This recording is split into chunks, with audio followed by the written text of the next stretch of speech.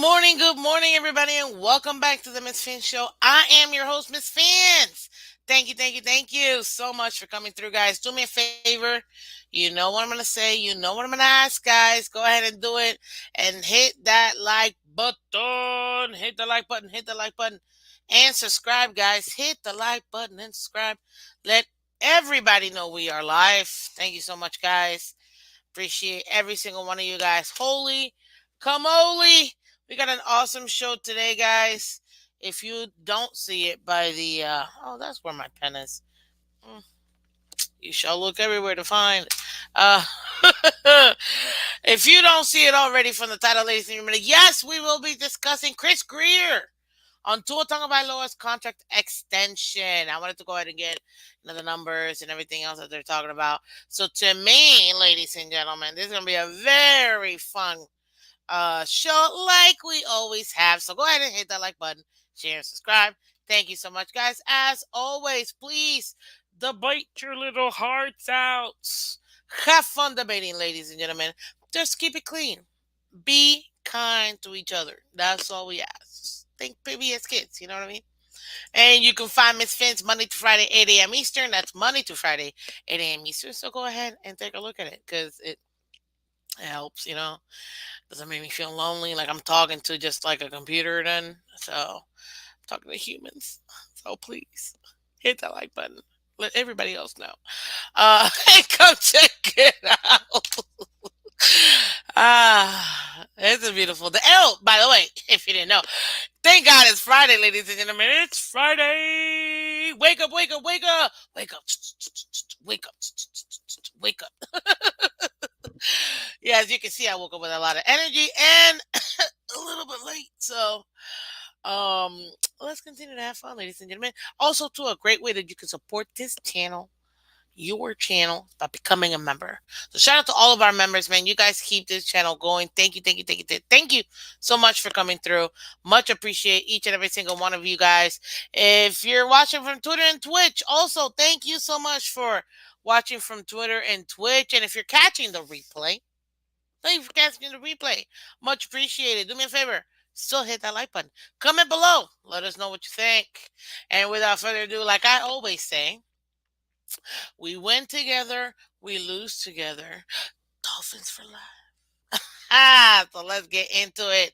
Ladies and gentlemen, yes, it is the NFL Combine, or AKA Underwear Olympics, whichever way you wanna you wanna go about it. It's how it,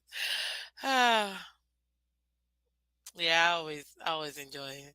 Every time I hear that, it always cracks me up.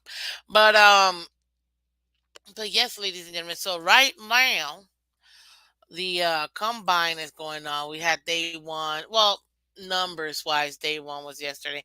I'm gonna talk about that on Monday. Let's day one and two happen. We'll recap on Monday. Today I just want to go ahead and talk about Tua for two reasons. Number one is a hot tamale. You know what I mean. Everybody always wants to know about Tua. And number two, if you think about it, sorry, give me a second real quick. This will literally directly affect us because um there I am. It's gonna directly affect us, especially with the combine, with the draft coming up. What are we gonna do? Now, I've told you this since even last season, last off season too, ladies and gentlemen. The way that the Miami Dolphins are looking at Tua, they're not treating him like a today quarterback. They're treating him like a quarterback from the 80s, the 90s, where you give him 3, 4, 5, 6 years. Yeah, heard me. You heard me. 5, 6 years to develop. But then you keep that quarterback for the next 10, 15 years. Or at least 10 years, making it like a 15, 16 year um, career for the quarterback. So that's exactly what we've been talking about it. So you guys are not new. You know this. But I can understand why some people are like, still draft a quarterback. We need someone else. Because that's exactly what the team has pretty much told you the entire time. They have mentioned Tua. They've also been trying to get a quarterback. So yeah, are you surprised? Are you even surprised? So let's get into this because Chris Grier said this about Tua, and then shout out to David Furones. He said Miami Dolphins GM Chris Grier says the team and Tua Tagovailoa's representation, athletes first, are in communication on a long-term extension. Grier is hopeful deal gets done, cites positive discussion but has no timeline. Interesting. Why interesting? Well, I mean, well, let's be real. We have, as you know, the combine going now. We're gonna have the draft coming through. This directly affects what we do in the draft, as far as salary cap, as far as which positions we target. First, are we gonna draft anybody in the first round or not? Um, all of those things are gonna come into the light, if you will, as far as what to expect. And will this ultimately affect us positively? That's the only way that you can see it. You know what I mean? So I pulled it up here, and shout out to Spell Track. They kind of broke it down based on what it would look like. Again, all of this is projected. We really won't know what the actual contract um will end up being. So now I did ask you guys, and I asked it this morning on purpose because I wanted to go ahead and get from you guys. Good morning, guys. Good morning, everybody in the chat. Appreciate you guys. Hit that like button for me. I asked it because I was like, well, first of all, I was trying to be controversial, but besides that, it was more of, you know, is Tua actually like, is he worth? Is he worth that money? Is Tua worth it? Is that what I said? Let me see what I said because I forgot what I said.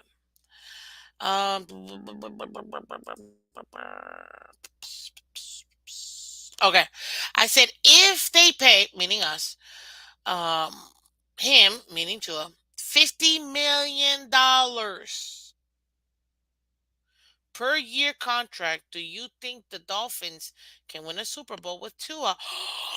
What, Miss Phins? Why would you ask that question? Because it's a great question. You know what I mean? Comment below. Oh, I should have put comment below, but I forgot to put comment below, so whatever. Um, but yeah, ladies and gentlemen,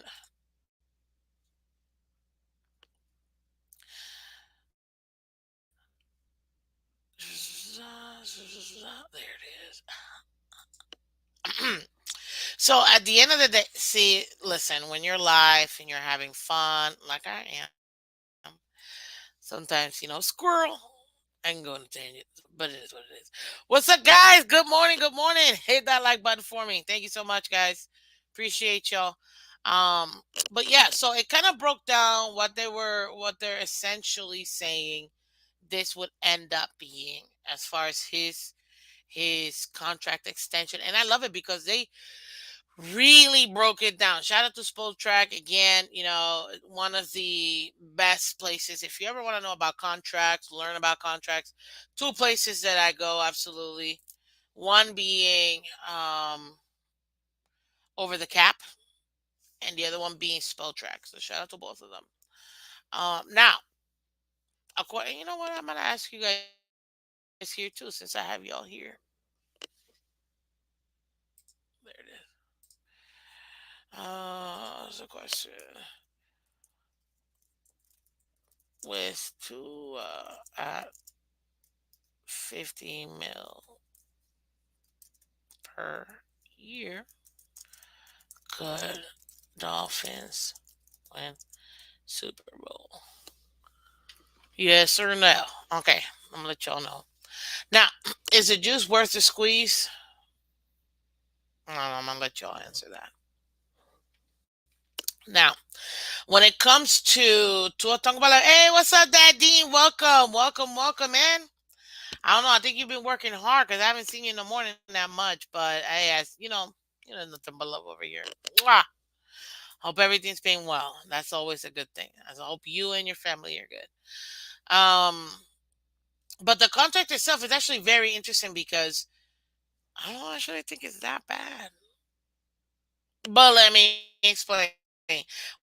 What's up, Chef Jew? How you doing? Ooh, actually, you see, this is what happens when you're alive. Chef Jew, I gotta talk to you, sir. I need your guidance with something. So definitely, uh, I'll reach out to you. I'll reach out to you later today. So we have the breakdown of the contract, but ultimately, what it ends up being is the Miami Dolphins, the extension that's being projected for Tua Tagovailoa would have him average out $50 million. Um, Let me share this with you guys so you guys can see me work, work, work. I figured, yeah, trust me. Listen, at the end of the day, we all got bills to pay. That's what I tell everybody. We all got bills to pay. So let me put this bigger for y'all.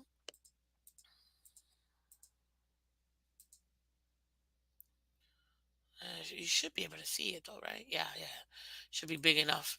So shout out to Spoke Track. Yep, yep, yep.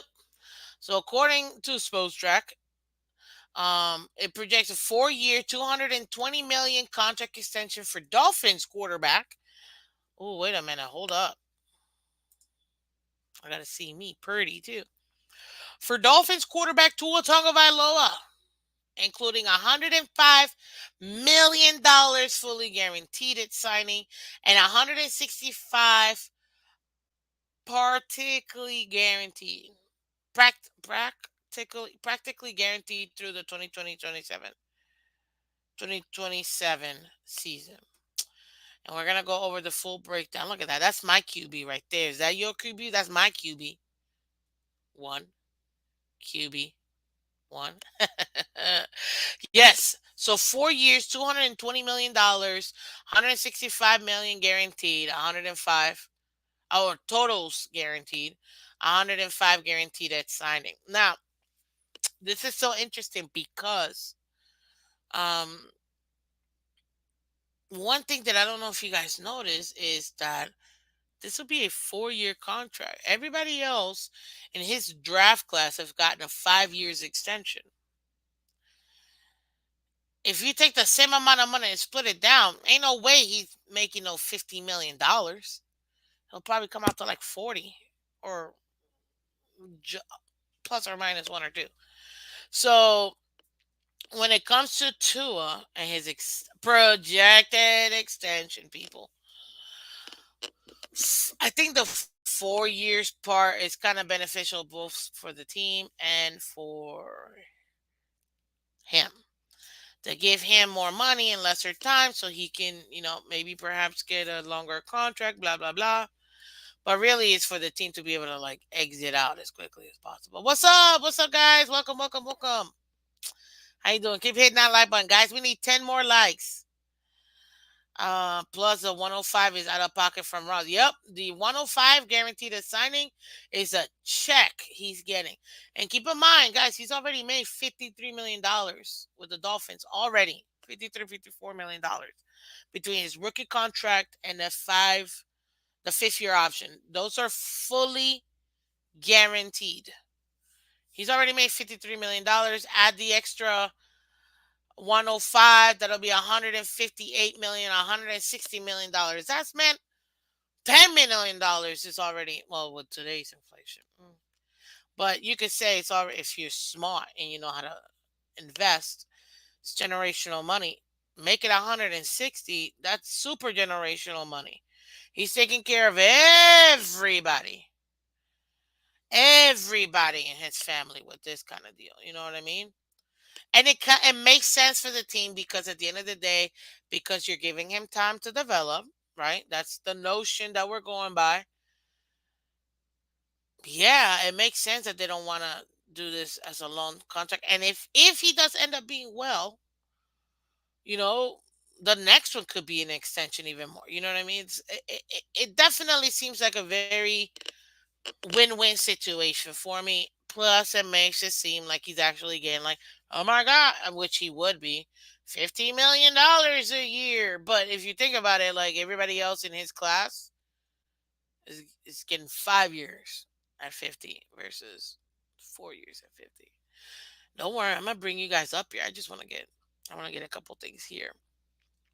He has to be at least one hero game where he will be forced to carry it to load of the team. He ain't done it yet. The gatekeepers are his age. Mm. Okay, so Joe Shad also said, "I stand behind my opinion. The Dolphins should pay to a 50 million or so, as outlined here before Miami struggles to close the season. Some will cringe when it happens, and we see the numbers, but I stand behind them. A lot of people are saying, oh my God, you should pay Tua, but look at what's happened. I get it. Dan Jablonski says Dolphin fans are so used to a revolving door at quarterback that they've never had to worry about paying a big money contract. Is that true, Dolphins fans? I mean, I don't think he's lying. I'm like that. I think that's true. I think that's true. What's up, everybody? Welcome, welcome. Fins up. So now that we have that guy, sorry, the 50+ million price tag scares people away. To what will get 50+ million, but it'll look a lot better next year when QBs get 60/65 plus. Now, see that last line right there, guys? He's right. Look, the inflation is insane, guys. These next quarterbacks coming behind, the Burrows and the Herberts and the Mahomes and all that stuff, right? The next like jump in QB which is insane to me. Like no quarterback should be making this amount of money. Like they should all be at like 35, 40, not no 50, $60 million. It's just they ridiculous freaking Browns, man. But it wasn't even the Browns. I can't even blame the Browns in making that fully guaranteed contract. And actually wasn't even the Browns that messed it up for everybody. If you really think about it. Damn Browns. Still though. Yeah, the next jump, which I don't think it'll be next year. I think the next wave of quarterbacks will be in like 2 years, 2, 3 years. There's not really any quarterback that's not like literally two is the last quarterback to be due, if you really think about it. There's no other quarterbacks. You gotta wait like 2 more years where you start seeing guys like, oh, maybe this guy might. I think the only one closest, and that's only because he set the first 3 years and he's up for his. I don't know if they picked up his fifth year option. No, because he was a second rounder. So, but it would be what Jordan Love, and I think that that'll be like a regular contract extension. I don't think it'll be anything out of this world. So really, Tua's the last guy to get his major contract, and in about 2 years, maybe 3 years, that's when you're gonna see the 60, 65+ million in these QB contracts, which is gonna be insane. I mean, insane, people, insane. Like it doesn't even make sense, but this is what they're projecting. So yeah. Exactly would be 115 over 4 year and 165 guaranteed would be 60 million guaranteed left, 15 million a year. And if we pay to a next 2 years, we'll give a third year out. Exactly, Mr. Lane. That's exactly how it is. So with the 165 million guaranteed and him getting 105 ahead of the time, we only have 60 million left. Break that up into those 4 years plus base. Don't worry, Spostrack breaks this puppy down really well. We paid Tyreek Hill a pretty big contract for the time. Yeah. But look, they kind of also make sense if you're trying to extend that Super Bowl window, you know? Like I think most of us have said, man, they only got like this past year that just happened, and this year's like a 2 year window based on the way the contracts are set up. Maybe three with 2025. And there's like everybody's gone after 2025. But signing the young core like we talked about last week and the week before, and having this particular extension that still gives you an out in the third year, yo, this is a great essentially it's a 2 year contract. If you really think about it, we're gonna break it up, but at least I wanted you guys to see this because I do agree with this line over here that Tua will get the 50+ million now, but it's gonna be much cheaper than the 60-65, which is the same thing that the Chiefs did. What was it, 4 years ago, 5 years ago, when they gave Patrick Mahomes a $500 million full, not fully guaranteed. My apologies. $500 million contract that ended up having him be 10 years, $50 million a year, but really out of all that was only like 160 fully guaranteed, or actually it might have been a little bit less than that, between 110, 160, somewhere, excuse me, around that. And then they just reworked his contract, and then they get more time down the line, but they don't care because they're winning Super Bowls. So it's true. Today's dollars will be a lot cheaper than tomorrow's dollars in football terms. Today's expense, I guess, will be cheaper than tomorrow's. But yeah, so according to Spostrack, 4 years, $220 million, 165 total guaranteed, 106, 105 guaranteed at signing. That's what we got here. So now, let me pull up Spostrack so we can go ahead and discuss what this puppy actually means. And here's your breakdown, ladies and gentlemen. This is extremely important. Wait, let me see. I can make this look better. Ah, there it is. Okay. What the? Get out of here. What is this? No. Sorry, guys. Hold on. Someone say something scary. This contract being fully guaranteed. No. Sorry. Oh my God. I'm having way too much fun.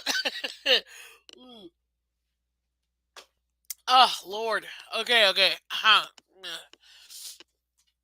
Come on. Come on. Get out of here, buddy. Shoot. Shoot. Oh, it's really going to piss me off. Okay, let's do it this way. Screw it. Tua Tagovailoa, ladies and gentlemen. Tua Money Vailoa. No, it's so tiny. We will prevail. Screw you, bastard.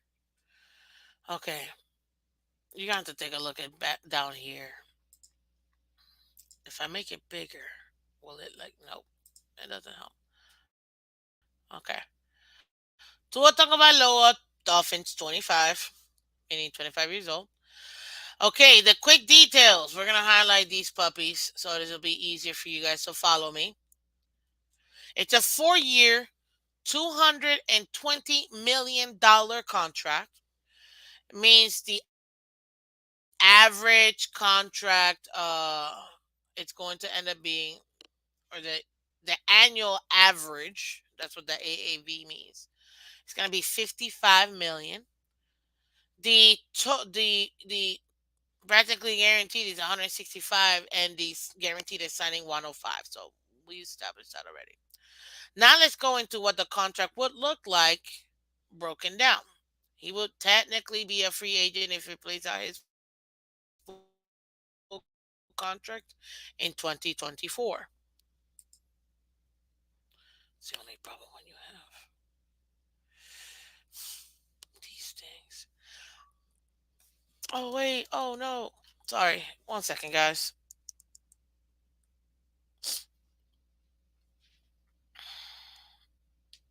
That's what I was looking at. Okay.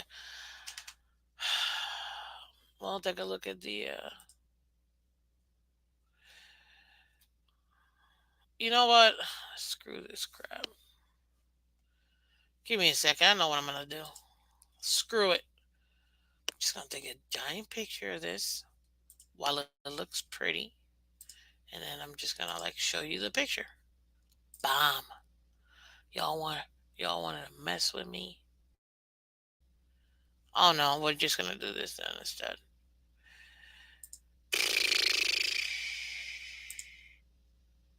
Okay, I think I figured it out. We're just gonna have to make it smaller. So sorry guys if you can't really read it. My bad. But the way they broke it down is so this year he'll be 26, right? His base salary will be $5 million. His bonus, remember, it's the $50 million signing bonus. Okay. That signing bonus will be prorated within the 5 years. So that's not you can do. When the signing bonus it's essentially it's an even amount that gets distributed between the amount of years of the contract. Okay. The way that they do the guaranteed signing, I guess the way they're breaking it up is between the roster bonus, which tends to be similar for everybody, what the cap hit would end up being. Mm. Excuse me. So you got the 105 million guaranteed signing, which equals the signing bonus plus the 2024 salary, which is the 5 million, plus 2025 salary, which is the 25 million, plus the 2025 roster bonus, which is 25 million. That's the 105 guaranteed signing. In 2026, the salary and roster bonus fully guaranteed in March 2025, injury guaranteed at signing. And then in 2027, the roster bonus, which is this puppy right here, this part right here, this part, which is 10 in 2027, that's 10 million, becomes fully guaranteed, injury guaranteed, March 2025 as well. Dolphins are blah, blah, the Dolphins appear poised to extend Tua this offseason, who is entering his fully guaranteed fifth-year option season, valued at $23.171 million. We've projected a contract that tacks on 4 years and 220 million, or 5 years, 243 total value. Of this, 105 is fully guaranteed at signing through 2025. Another 50 locks in the next March. And the final $10 million roster bonus vested year for the 2027 season. So you see here, Miami may look to build in per game active bonuses for this contract based on Tua Tagovailoa's injury history. But we've opted to leave these out for now. The bottom line here is that no player in football has more leverage than an above average quarterback. And that has been reflected here. Holy smokes! What the heck did I just read? Is this a shot at Tua? The bottom line here is that no player in football has more leverage than an above average quarterback. What? And that has been reflected here. So essentially, Spotrac is saying Tua is above average. So whatever average is, he's above it. And with this particular contract, the way that it's structured, I mean, if you really take a look at it, ladies and gentlemen, the Dolphins, realistically speaking, if the Dolphins wanted to leave, they can leave after year three. Because the first year, the dead cap is 105. That's the fully, The fully guaranteed, blah, blah, blah. The fully guaranteed part, 105. That's where you see a year one, which would be this one. The second year, 90 would be the dead cap for the second year. You're not tacking on that. But if you want to realistically like leave him or get a new quarterback, yeah, it'll cost you $30 million in dead cap, right? But who cares? You can literally draft a quarterback in 2026, people. This is what Spostrack is telling you. Or you can do it in 2027. This is what it is. The dead cap is if we were to just go ahead and uh and cut him. Now, above average quarterback need a lot around him. Lance, I get it, buddy. Trust me, I get it. Dolphins can get out with 60 million. Literally, the Dolphins. Look, cause think about it this way: guaranteed at signing, he all that money guaranteed at signing, he already gets it. It just reflects on our books these other years. That's the difference. The debt cap, he'll be a cap hit in 2026 at 60 million, but we cut him or trade or whatever. We only owe $30 million. That's it. He's only going to cost us $30 million that season. And the next season he'll cost us 20. The next one he'll cost us 10. But guess what? We get out of this contract. And actually will probably cost us a lot less if you really think about it, because you'll only have the $10 million. So yeah, it'll cost us a lot less because he won't be playing here. He won't be getting the base salary or the bonus, or the roster bonus because he won't be here. So essentially, after that, it only costs us $10 million each year after that. If this is the contract they're gonna give Tua, let's just say again, this is projected, ladies and gentlemen. Yo, I don't know how you don't sign this tomorrow. You're essentially getting out after 2 years. Realistically speaking, you can eat 30 million. The cap is gonna go up anyways. You draft a rookie quarterback who's not gonna cost you any money. Yeah, you're still paying, his dead cap, but whatever. You get him off your books, you get a new quarterback to go ahead and do whatever. You still have money to be able to sign other players. And he already got his fully guaranteed 105. He doesn't have to worry about that. He does not have to worry about that. We get to save time more than anything else. Because look, no matter what you feel about Tua, I would take Tua Tagovailoa over any quarterback that being drafted this year. Yes, you heard me. I will take Tua Tagovailoa right now over any drafted quarterback that gets drafted this year. Why? Because not one of them has played in the NFL. Tua actually has NFL experience. He's got playoff experience. Heck yeah, I'm going to take Tua over an unproven quarterback. Now, will you get your CJ Strouds? Sure, once in a while. They don't prove enough. The same draft. Look at Bryce Young, which is why I can't stand quarterbacks from Alabama. I know, not talking about Tua, because he's a Dolphins quarterback. He's out of that Alabama garbage. But absolutely, I'm gonna go ahead and take Tua over any draftee. I don't know. I'm just projecting to see if they're gonna be good. CJ Strouds don't come all the time, ladies and gentlemen. They don't. And to be honest with you, with the way that things are looking, like I'm not high on these quarterbacks. I'm not. There's maybe two, and I'm not even going to talk about those till maybe next week. I hate talking draft until we get closer to the draft. If I'm gonna be honest with you, such a waste of my time. I can't stand talking draft this early, in my opinion. I mean, we haven't even gone through the combine yet. You know what I mean? Seeing where the projected players are going to end up being. So for me, I don't like to talk about it, but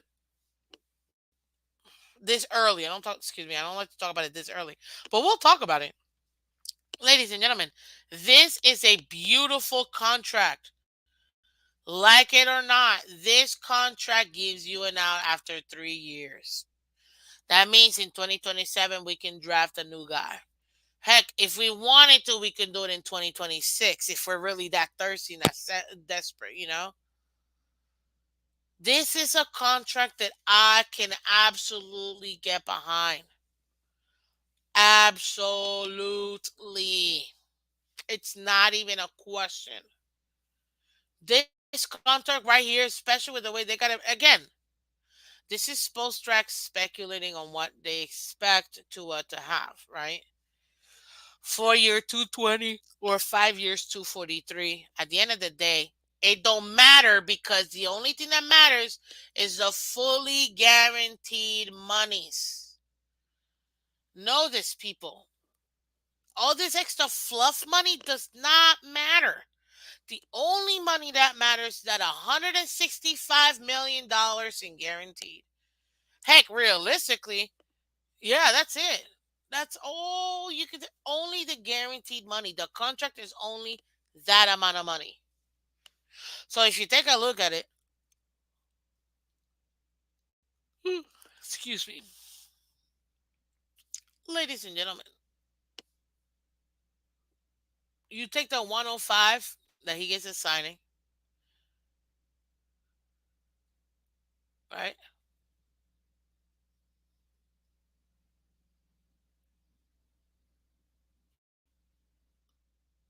Yeah. Yeah.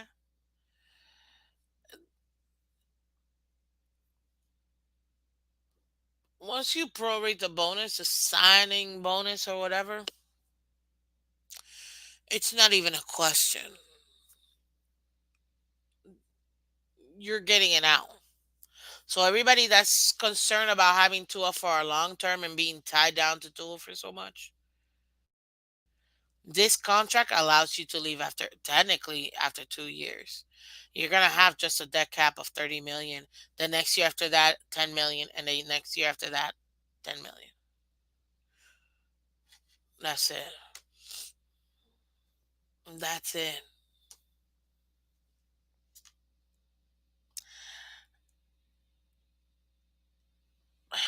Mention on X me not being verified. Mudbone.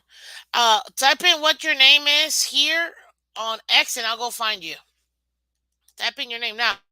Take a look at Tua's numbers between 2022 and 2023. In 2022, he played 13 games versus the 17 he played last year. He had 3,548 total yards in 2022, 4,624 this past season. His completion percentage last offseason, the one before, 22, 64.8. This past year, his completion percentage was 69.3. In 22, he had 25 touchdowns. In 29, he had in 23 he had 29. In 22, he had 8 interceptions. In 23, he had 14 interceptions. So we're not arguing Andrevius, which by the way, I saw you a couple weeks ago. Yep. I saw you in the hoedown, sir. Um. So yeah. So at the end of the day, he actually, to me, he had a better year in 22, and he would have outperformed 23 had he played all 17 years. If you don't believe me, take a look at the numbers. We've already done it. If you take the amount of 20, he did 25 touchdowns in 13 games. He did four more with four more games. His average. Oh, I saw you, sir. Trust me, I can't deny that voice. And I saw you. I was like, oh, look at what's his name. Okay. Saw you in the hoedown, sir. That's all I'm gonna say. If you can't get it, then I can't help you. um, but yeah, ladies and gentlemen. So at the end of the day, look, that's what they have. Tua Tagovailoa projected. I personally think this is an excellent contract. This right here, this right here is an excellent contract. You're gonna be able to get off of him quickly. You're gonna be able to give him his money. You know what I mean? And it gives you a for sure window. We have Tyreek till 2026. You'll have Tua till 2026. We have Ramsey till 2026. You'll have him till 2026. It's being poised to have that window extended from just the 2 years we thought it would be with last year and this year to now we got 25 and 26, giving us an next, or if you were to add an extra 2 years on top of the two initial we thought we were gonna have. This is an excellent contract, guys. But I don't know about you. You tell me, what do you think? You think this is a pretty good contract? I think this is an excellent contract. I think so. I absolutely think so. And shout out to Cap for Life and Dad Dean becoming members again. I saw it this morning. Thank you guys. Thank you for becoming members again. Thank you. Man, shout out to you, gentlemen. I appreciate you guys. Like seriously, it really does help out a lot. You guys already know. So thank you. But I still thought, I don't know if you saw this or not, ladies and gentlemen, but this line right here gets me every time. The bottom line is, I gotta read it one more time. The bottom line here is that no player in football has more leverage than an above average quarterback. And that has been reflected here. Yo, this is Spoke Track. Like this is holy smokes. They are shooting shots. Like I know TD loves to say it's a quarterback that's good enough not to be good enough. But is he lying though? Like right now,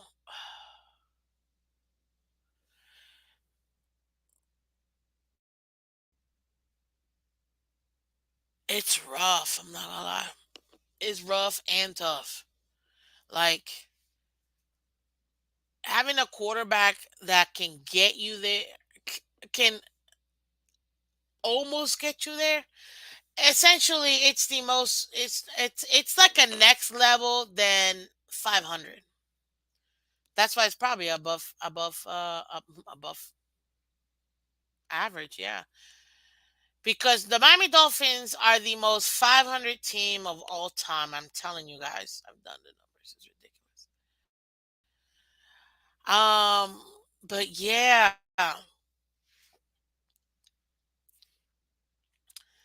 it's just saying Tua Tagovailoa is good enough not to be good enough. It's good enough to get you into the playoffs, but not good enough to get you into the or I guess the overall. At least that's what good enough not to be good enough or above average means it's a good enough player that you're gonna compete. It's just can they get you over the top? That's the thing. Can this quarterback get you over the top? Can they get you to where you want to go? And that's what makes it harder. Okay, I'm gonna take a couple minutes real quick, guys. I want to hear from you. I'm gonna drop the link real quick. If y'all want to come up here, give me your take because I thought this was very telling. In my opinion, seeing seeing this, Sports Track is really is essentially telling you that with this extension, it is absolutely possible, but it's in a way that will actually benefit the team and not hurt us. What the heck is this? Hold on.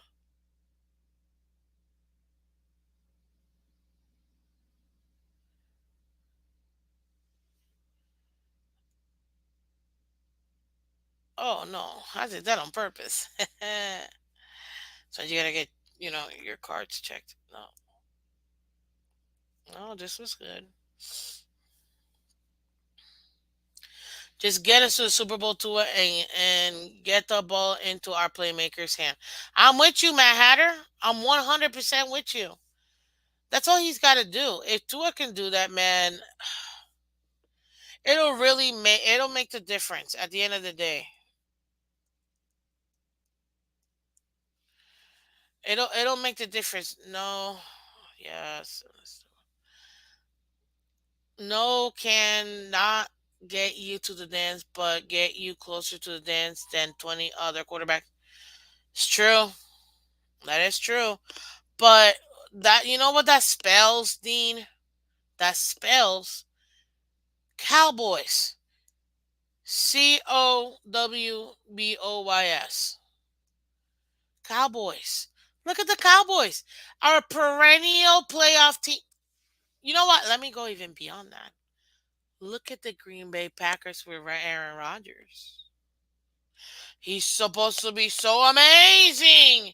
So awesome. Ooh, Aaron Rodgers. I can't stand him.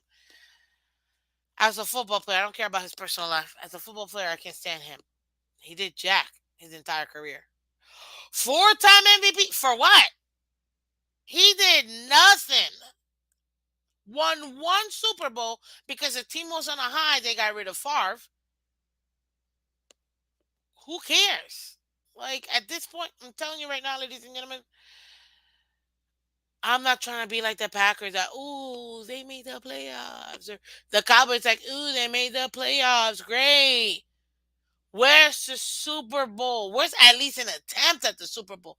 Shoot, with a hurt Joe Burrow, at least the Bengals got within the last 5 years. The Packers, the Cowboys, none of them with amazing quarterbacks, teams, players, blah blah blah. Not even close. Come on, man. The flipping Niners with all these great teams that they had. One time they made it to the Super Bowl. And that was what's his name? What's up, everybody? I don't know who this is, but good morning to you. Good morning. Who this? New phone, who this? What? I'm just kidding. I'm just I'm kidding. always getting a new number. I'm not. You're not even lying. I'm always. We're not I going to talk about I this know we're on not here. even. Yeah. By the way, Hit me with a question. you don't you don't message me back or nothing. I'm like I don't I'm. even know what to I'm say never. no more. I'm never. I'm never on. I'm never on X.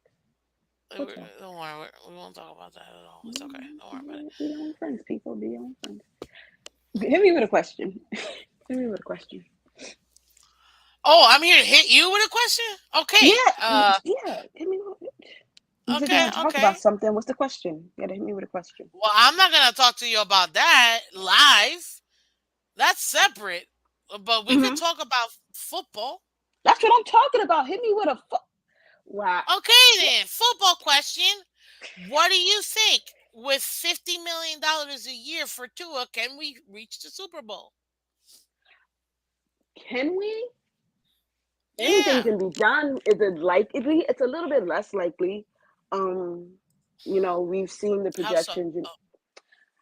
Because you still have to be able to build a roster. Like it would, you would honestly have to draft amazing, like at a high clip of just like hits, because being able to just pay another all pro talent to just come in might not necessarily be able to be done. I mean, what we have done is we have acquired, talent that we want to keep. Jalen Phillips. I know that the guys on TFTG were talking about maybe trading Holland and not paying him. But some people wanted to, pay Robert Hunt, like, hey, don't let that guard go. So what we have seen is that during the time where we needed to draft, right, we had some hits. Of course, you're always going to have misses, but I would love to see the breakdown of like what we think were like the hits of can't miss players, like we got to keep these players versus, guys that, are just bouncing around the league now, right? Like Tunsil, Yeah. believe it or not, was technically a hit. Christian Wilkins was actually a hit. Going out and picking up a Minka guy like was a hit. Manka was it. So the Dolphins have, well, Chris Grier has shown an ability to at times hit, right? A lot of that does come from we were drafting, a lot lower than what you would like to do. But like, can you find those hits if we're going to be able to keep, the play up where we're picking hopefully late 20s, hopefully 32, right? If you ever get to that point where you're picking 32, can you still find those players there? So just spoke to Ficini's agent, and she's obligated to Miss Finn's show for at least 30 hours a month. That means a day, an hour a day. That's what he's saying. I can't. I see that. Y'all, y'all are hilarious. Let the woman But yeah, be. But I see what you mean. I that's what mean, the it would women take a do. lot of draft picks because you're gonna have to go Hmm. cheap. You're gonna have to go cheap, and Hmm. you're gonna have to get some great talent. But I mean, that's what you get in my opinion in the second, third, fourth, fifth round, Hmm. and we have no third or fourth round picks. We only have a first, a second, fifth, two, sixth, and a seventh. That's all we have. So we're gonna have to But, be but very yeah, creative. but that's because I mean that money wouldn't hit this year, right? Like that 50 mil a year wouldn't hit until. Well, the way Post Track broke it down, it would Hmm. be this year would actually the cap hit would be 15 million, five Okay. base, 10 and his bonus. So 15 this year. Next Hmm. year will be 60. Jesus help us. It Yeah, would be what? you heard me. 60 million next year. Like 6-0, like somebody's Yeah, grandpa's birthday. yeah, like a old man Rogers. 60 million. Like like Six like zero. Like one, like two, three, four, five, 6-0. like 60. someone born in 1964. No, Well, no, 84. wouldn't that person? Yeah, Wouldn't it they would be be like 50 something? no, because Would they? this year No, would they'll be be like this year is 80. 24. No, no, no. If they were born in 64, if they were born in There's what is that? 64, 40 plus. That would be. Would that put them at 60 years? yeah, well, because my dad's turning 60 this year. Oh, shout out to my dad. Oh, Anyway, oh, well, shout out to your happy dad. birthday. Since 007. Oh my God. See you, sir. I see you. But Every time I see his name, I just think of binoculars. I don't know. I don't know why, but it's the 007 part. yeah. Yeah, 60 million. Girl, I mean, now you're gonna make me present this again. It's 60 million. 60 million next year. That's the thing. We have this year where it'll just be. Well, It'll how much is just be, Tyreek? and I How don't know much if you is can see it or not. Yeah? How much is Tyreek is under contract next year too, right? Because he said Yep. 25, right? Something like that. What's Tyreek getting next year? I'm just He's curious. still 26. Yeah. So let me pull that puppy up. Tyreek right now. This you only want to know about next year? In Um. 25, he'll be a cap hit of 34.2 million. Dead cap Lord help 22. us. Yeah. hmm And that's without paying Ramsey Waddle. will be at 21. Yeah. And next year, Ramsey will be We don't even know what Christian's 21.2. money is going to be if he stays. Chubb will be at I mean, 26 and a half. Teron Bro, even. it's, Hopefully by then, Teron, stops trying to milk the Dolphins. But I'm done should with it. should should that should that be a What up, discussion? Lance? What's happening? Yeah, I already said. I already. I like. How you doing, buddy? I already said. I had a whole show about would Tehran be a surprise cut? Because to me, I'm like, he don't got no knees. He don't got ankles. Like this man doesn't even have toes at this point. Why do we have half a tackle and pay him this much? Just cut him and be done with him. Like I'm so done with Teron Armstead. I'm done with him. I I just I can't. I am I am and I'm not. I I mean, am. because when he I does am. when he does play, he's good. Yeah. When he Uh, plays. He only played yeah, 11 I mean, games last 10, year, and 11 we went games. 6-5. We went 6-5 in those 11 games. Right. Is he really making a difference? Well, if we get rid of him, I guess we'll find out, won't we? I mean, you got We already Lamb, got rid of him practically half the season. He wasn't there. So, so I just mean, saying. if you think Lamb can take his spot, Look, let me put this up because I know people One is, I mean, Lamb's good. I like Lamb. He's a good backup. he's a good backup, depth piece. He's no starter though. This is where we are, ladies and gentlemen. And to your point, Finsanity, because I know you're talking about the contracts and blah blah blah, right? In 2024, this is where we're at right now. 36.2. Tyreek this year will be 31 with Tua's extension. If we were to go ahead and do that extension the way Spostrack has it, then that will put us. It only cost us 15, 15. It will be a $15 million cap hit. With this, hold on, let me go back to it. By next year, look at how much Tyreek is costing us. 34.2. Look at Mm, Ramsey, 21.2. okay. Look at Chubb, 26.5. We're really not going to see Chubb this upcoming season. Oh no, He's no. going to need like half. Oh, He's going to need half the season to just yeah. be cleared, and then the second half to get game ready. Essentially, we might see him in the last 4 weeks of the season, 5 weeks if we're Four lucky. games, five. Yeah. Yeah. So you have no edge rusher here.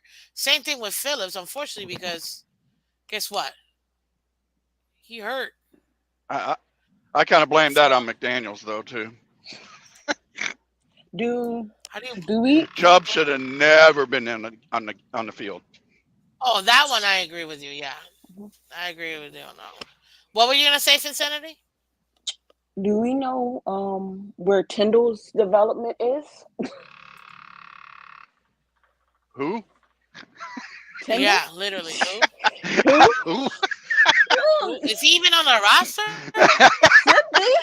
Oh, there he is. My bad. Tyndall, yeah, we drafted him. So what? So what?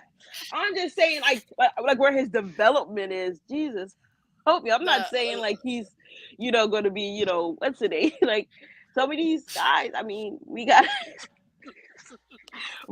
I gonna be know needing it's. some of these guys to step up. I know. Yo, we need Cam Smith to hit. We need I Channing think he Tindall. will. I'm willing to give I'm Weaver a chance, but damn, like I'm more confident in Cam Smith hitting than I am Tyndall. Like if I well, had to, Tindall. he's behind Well, a lot of great play. Like I He's a feel anyway, good like third string. I He's feel a like good he he third has string. the potential, he does. He but obviously I has the think potential. He showed that. this is the thing. I think he's gonna have to have like that Cater Kohu experience. What do I mean by that? Like Hmm. being forced to play, Hmm. where the game will be the one getting him developed versus being trying to develop while you're at practice or whatever. Like this right now. Oh, that's another thing. We have Ethan Bonner, but he's a practice squad guy right now. Yeah, You I, I, know, I so like I like I like Tyndall's speed. I mean, if he's still at like I think he's like 4.4, 7'4" he was supposed linebacker. to be our middle linebacker. He He was supposed to was. be our QB watcher I dude. Yeah, that and his Mm. ability to get to the sidelines at an amazing clip, is what we thought his explosiveness, was gonna, come in, coming from Georgia and stuff like that, the way he played there. I was really excited about the pick when we Dude, got him. it But was one of the picks where I'm like, finally, we're getting a quality guy from a proven team who has mhm. experience in his position with a need that we actually have a need for, and we're actually picking for need. I was flipping chairs. I was so happy. And then he doesn't play. I was like, what? What is this? You can't make this up, man. You really can't. And I'm telling you, that's what gets frustrating sometimes being a Dolphin fan because, like, what are you gonna do at that point? That's my issue right there. Like, what are you gonna do at that point? You have players that clearly you can use, but they're not. Look, Cam Smith and Tyndall both are the same age, 24. Mhm. Yeah. Cheat. Man, Hmm. if I'm flipping Weaver, I am using and abusing the cow out of both of those two. We have to. This is my thing, Lance and Fitzsanity. Look at these Hmm. young players we got. Eric, 24, young. Hmm. Tanner, 26, young. Hmm. Keon Smith, 26, young. Why are and then everybody else? I mean, Julian Hill himself is, you know what I mean? He's 24. Chris Brooks, 24. Ryan, like, we've got really young guys. Even Brandon Pilley, like, young guys we can use. And for me, Hmm. it's like Cameron Good. Like, what happened to Cameron Good? He was supposed to be another guy that we were able to plug and play. And I can't with you and changing your names. And no, I'm not the goat. Okay, I, 60 in a mil. way, I'm kind of worried that in a way, I'm kind of worried about losing Waddle No, Chris Grier Losing said it. Hill, No, Waddle, Waddle. Waddle. Oh, It, Waddle, yeah, there were rumors that maybe perhaps the Dolphins were gonna trade Waddle. Chris Grier stumped that in the combine. He already said we're not trading Waddle. we thought we weren't Period. trading Tunsil either. Let someone. I'll say this. I because feel like I mean, as of and right now, no. But if they're willing to overpay Chris Greer won't say no If to it. someone's giving me two first and a second for Waddle, I'm shipping him first class to wherever he's gonna go. I don't care. Like, They would have to overcompensate the for that. youth. Yeah, I would have to say that. But I think right now he's saying the right things. I think right now he's probably not getting what he would think is fair competition. And I mean, that's what he's supposed to say. We're supposed to say, "Oh, I'm putting Ronald on the trade block." No, but I'm pretty sure teams, if they call and they're willing to overcompensate to acquire the talents of Jalen Waddle, then as a GM, he might go for it because as you see, wide receivers are coming out every single year. Speedy wide receivers are coming out every That's the single thing. year. It's kind of the thing now. Like you can't really be a wide receiver in this league if you don't have that. I mean, Waddle's speed level is way different. It's Insane. in a tier in Yeah, itself. it's But these exactly. guys that are coming out are still, bringing speed. Like you're talking about Jordan Addison, he looked like amazing with the Vikings this year, right? You even had Devontae Smith come out the same year as Waddle. He was speed, and I'm very curious of why we went Waddle instead of. I think it was see, size, I was honestly. also I thought we I were gonna also take heard Smith. I'm not gonna lie. I thought we were gonna take Yeah, Smith. because I yeah. thought somebody was saying that he was like Well, he's the getting Heisman tired of winner. being second, Yeah. being second. Uh, uh, But the thing is, you can't blame him if that's how he feels, if that's true. who Waddle? Yeah, because on any other team, he'll be a number one receiver, Yeah, he would be. At and he least in would my get a hell opinion. of, and Particular he will particular get a teams, lot more yes. money. Not every single team, but on Not particular teams, everything, but majority of them.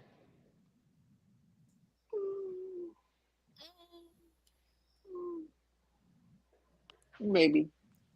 I would say the majority, yes. I'd have to agree with that. I don't see. I mean, he's top 20 out of But what, Oh but yeah. then again, but then 300. again, what when we given him the chance to be the number one receiver? His Everything goes first to Tyreek. year, he was our number one receiver. Yeah. So I mean, he goes to another team, he could be the number one receiver there. We just haven't seen him because Tyreek gets the ball now. I will I will say this. The one thing that kind of is like I wouldn't necessarily. I love Waddle, love him to death. I want him on this team. Let me preface and say, I want Waddle on this team. I want Waddle on this team, Oh hell but yeah. You the sure? injuries, the consistency of going to the sideline, always having a limp, some of those things. When I look at like down the Body road catching that I can't longevity, stand. Yeah. like I'm like if I have to wonder if Waddle was going to play, like kind of Well, gives me pause. And I know it's not on him. Sometimes it's the hits that he's had to take when he's going up for the ball and stuff like that. We can get into it or whatever. But I'm just saying that is another element that maybe we as fans should take into consideration. Like it can't be like every game we see we're like, oh my, holding our breath, oh my gosh, Waddle, like, is he going to be okay? Is he coming back in? Whether it be his ankle, his foot, his back, like it always seemed like it was something positive, and he played through a lot of it. So shout out to him, and that's why I want him because he's obviously shown that toughness. But down the road, those Knicks will catch up to you. So like I said, they would have to overpay for his services. I do not think that Waddle would be traded right now. But if they're coming in and they're trying to give us something crazy, then yeah. Mm, I'm with I you mean, on because that. I mean, in, in some if ways, they're I'd rather have Waddle than Tyreek. yeah, the youth is the reason why. That's for me. I Right. mean, That's what I was the going more or youth less is going the with. reason. That's the only real reason you would want Mm, Waddle And over Tyreek. I mean, they're essentially that the same. and yeah, that and getting like half our picks back do we for him. overpay Wilkins? That's a good question. Mm, We haven't even paid Wilkins. no, no, no. Our beloved friend Cap, shout out to Cap. He said, What's "Do up, on we Cap? overpay Booker?" He asked, "Do we uh pay what's her name?" And Ryan AP, absolutely long term Waddle over here, absolutely. He's younger.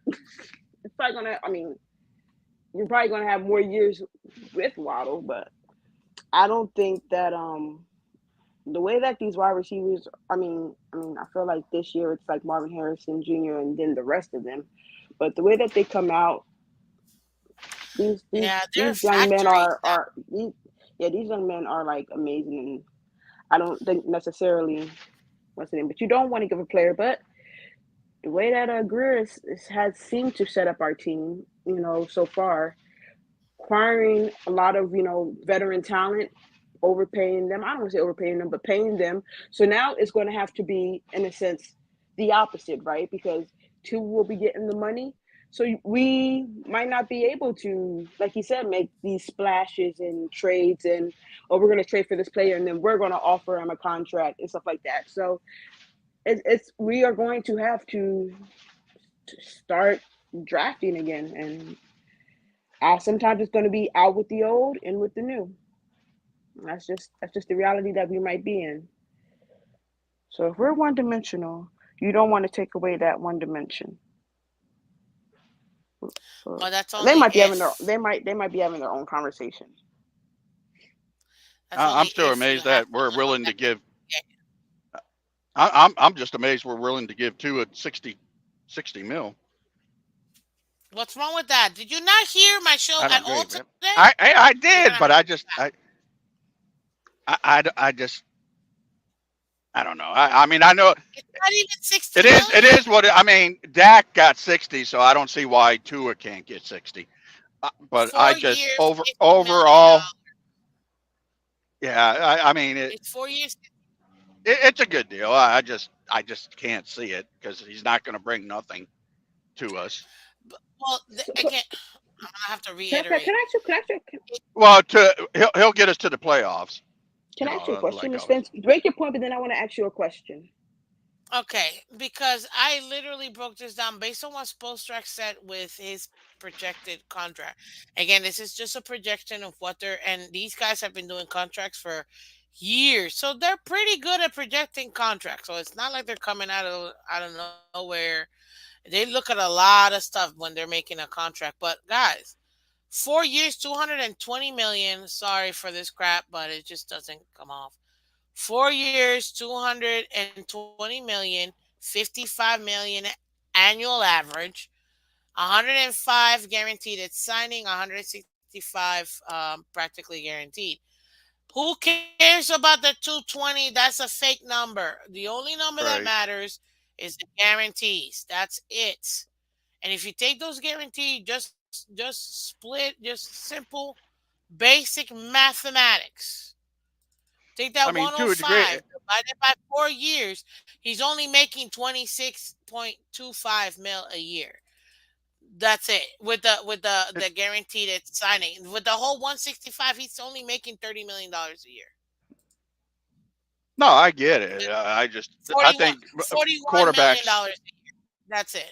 I, I That's mean, cheap. quarterbacks in general make way too much money.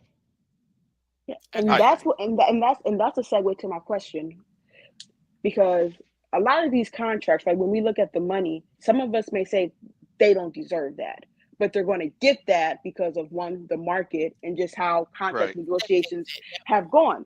Do you ever foresee a time when maybe GMs and owners, like they did with the running backs, right? They put their foot down and said, you know what, we're no longer overpaying these running backs. Like you have guys like the free agent market for running backs are like some of the top fantasy guys that we would go and pick up, right? Like in the top of our draft. So do you think that there will ever come a time where maybe they say, hey, this is getting Yeah, they eh? need to. Out of hand, they already Or did. will it ever be To like answer your reserve question, they based? already did. You think I so? mean, because No, let me I explain. mean, Let me explain. Daniel screwed They it up. they already did.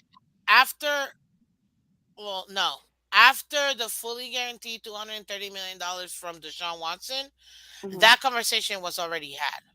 So you saw that none of the guarantees ever Mhm. went up that high. Not even, I mean, there's only probably the only one that's close to it in fully guaranteed money. I think it's Joe Burrow. But at the end of the day, they already had that conversation. So that has already been put in. This is why you have that fluff money. The fluff money will continue to go up, but the guarantees money, mm-mm. Now, could they, maybe in a few years, I would say they'll start hitting 60 million in about 2 years. When the next group of guys need to get paid, it's not now. Tua's the last guy, really. Realistically speaking, him and Love, but excuse me, it's gonna be Tua, the last real guy that needs to get paid. Then you have about 2 years before the next like wave of QBs that are gonna go ahead and get paid. And that's when you're gonna see that 65, 70. It'll come down. They'll revisit that again. What I think the market that it's gonna get popped like the running backs is gonna be the wide receiver market. That's the market, because I don't know if you guys noticed, it didn't just happen to the wide receivers. It happened to the tight ends too. So they did the same thing with the wide receivers. I mean the running backs. Uh-huh. My apologies. The same thing they did with the running backs. They started with the running backs for 2 or 3 years, kept that going. Then for the last 2 seasons, if I'm not mistaken, 3 seasons, it's the tight end market that they've brought down. So those two positions have been devalued, if you really take a look. Because let's be honest, most fans can only name five guys that are that are tight ends. A lot of fans can't even name their tight ends in their own team, let alone five in the entire league. So, and we all know number one guy is going to be Kelsey, Kittle, Mark Andrews. You know what I TJ mean? If you Hawkinson. want what TJ Hawkinson. Hawkinson, if you want to throw Hmm. in Laporta, one of the newer guys, Yeah, he'll you be know what I coming up. mean? Yeah. Hmm. See, one of the flashy newer guys, yeah, you can go ahead and do that. But that's it. Like most players, there's maybe like three or four more that you might be able to say like, oh my God, they've devalued that position. To Yeah, me, and the I next mean, one that's really gonna get devalued is gonna be the wide receiver market. My oh, words. You're gonna I see think we that should. next year, not this year, next year.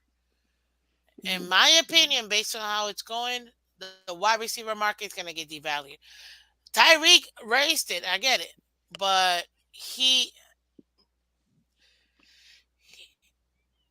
I think that it's gonna go up just a little bit more, but in my opinion, that's the next one to be devalued. And then after that, they'll go back to quarterbacks. That's just my opinion, the way I foresee it. I don't know. What do you think? I have nothing against what you said. I mean, I'm gonna be very interested in seeing like Justin Jefferson. I know he's coming up. Um, but a name that when you said tight ends and I thought about it, Kyle Pitts, right? Where he was what he was projected to be, and I mean, what the talent that he probably still has. I mean, a lot of that has come from the carousel of QBs out in Atlanta and stuff like that. But how does he go to them and say, "Hey, I'm worth this, right? You need to keep me." They don't even know who their QB is going to be this year, right? So it's some interesting things. And then also someone in the chat also said Trevor Lawrence. I just wanted to acknowledge that you are absolutely right. Trevor Lawrence probably will be going to the table next year, maybe this year. We'll see. I think And he'll be next year. definitely I mean, trying to they get have again. it here. They already have Hmm. it. They're projecting him at a 6 year, $300 million contract, 50 million average. The same guarantees though. 105 guaranteed at signing, 175 practically guaranteed. The difference is what people are noticing is that the Hmm. gift to that $50 million annual average is Hmm. less years, ladies and gentlemen. That's literally all these other guys are getting 5 year contracts, 6 year contracts. It's gonna it there, but if you take a look at it, to make Tua in the same amount of average annually, it's 4 year contract. So he's at 4, right? That's the projection from Spoelstrack. Yes, that's where they got it at. So I mean, if you take a look at that, you could even say even. I mean, they got several contracts that they have coming up here, but some of the older guys, at the end of the day, the youngin, Trevor Lawrence, Jordan Love, those are the ones, that are the only two to round it up to being the main guy, the main big guy, whatever people like it or not, is Tua. And then Love, Trevor. That's it. That rounds out the this batch of QBs that within these 2 years, between the Herberts, Burrows, and all that, them getting their contracts last year or this past year, and then Tua now getting it this off season. That's where it's at when it comes to the quarterback. You're not really gonna get another major like revamp, in my opinion, for another 2 years at least, maybe 3 years, and we'll see what it ends up being, but it'll pop. They'll bring him back down. They already did it after Deshaun Watson's contract. That's why all these other QBs were not. I don't know if you noticed after Deshaun got that contract, no other QB really got contracted right away.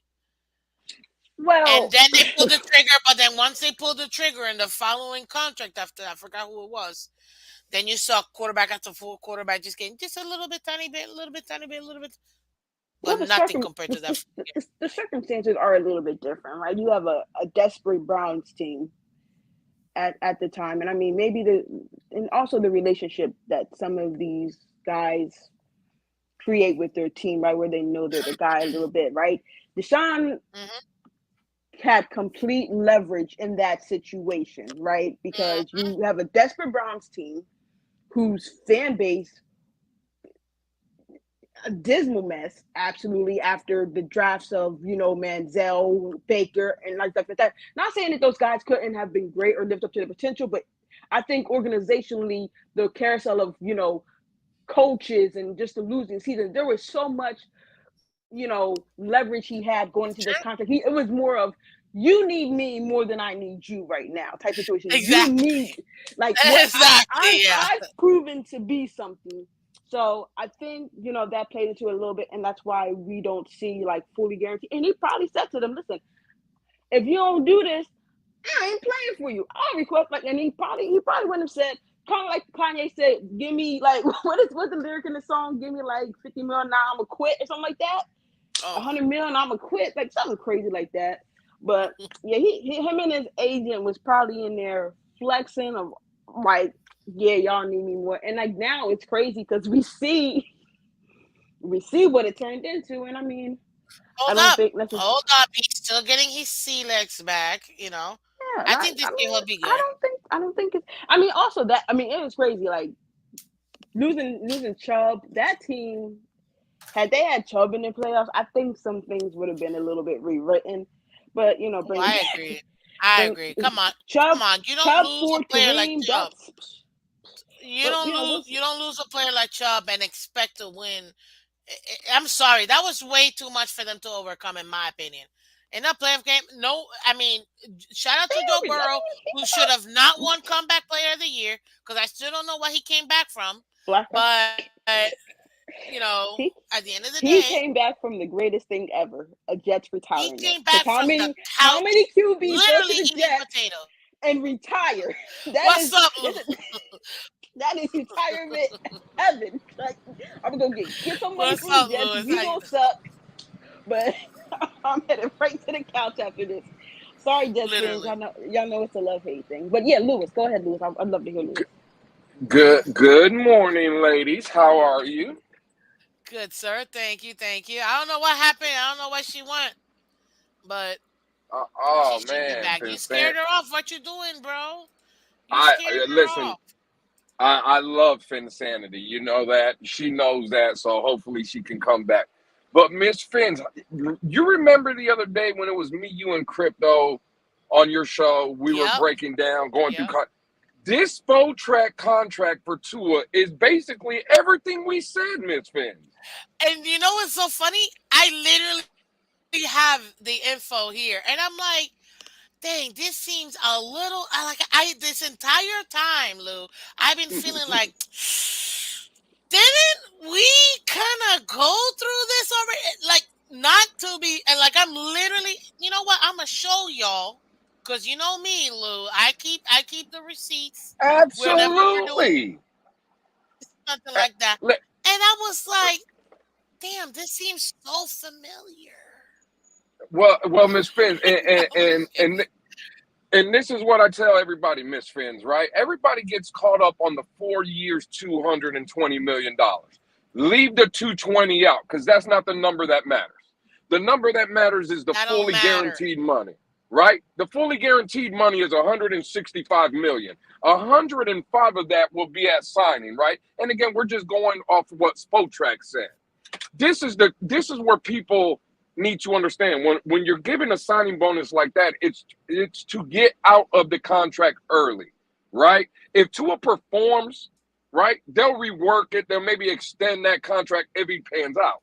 If he doesn't, there's an out, Mm-mm. really dead cap money. It would kill us in 2025, but you could even get out in 2025 if you wanted to, right?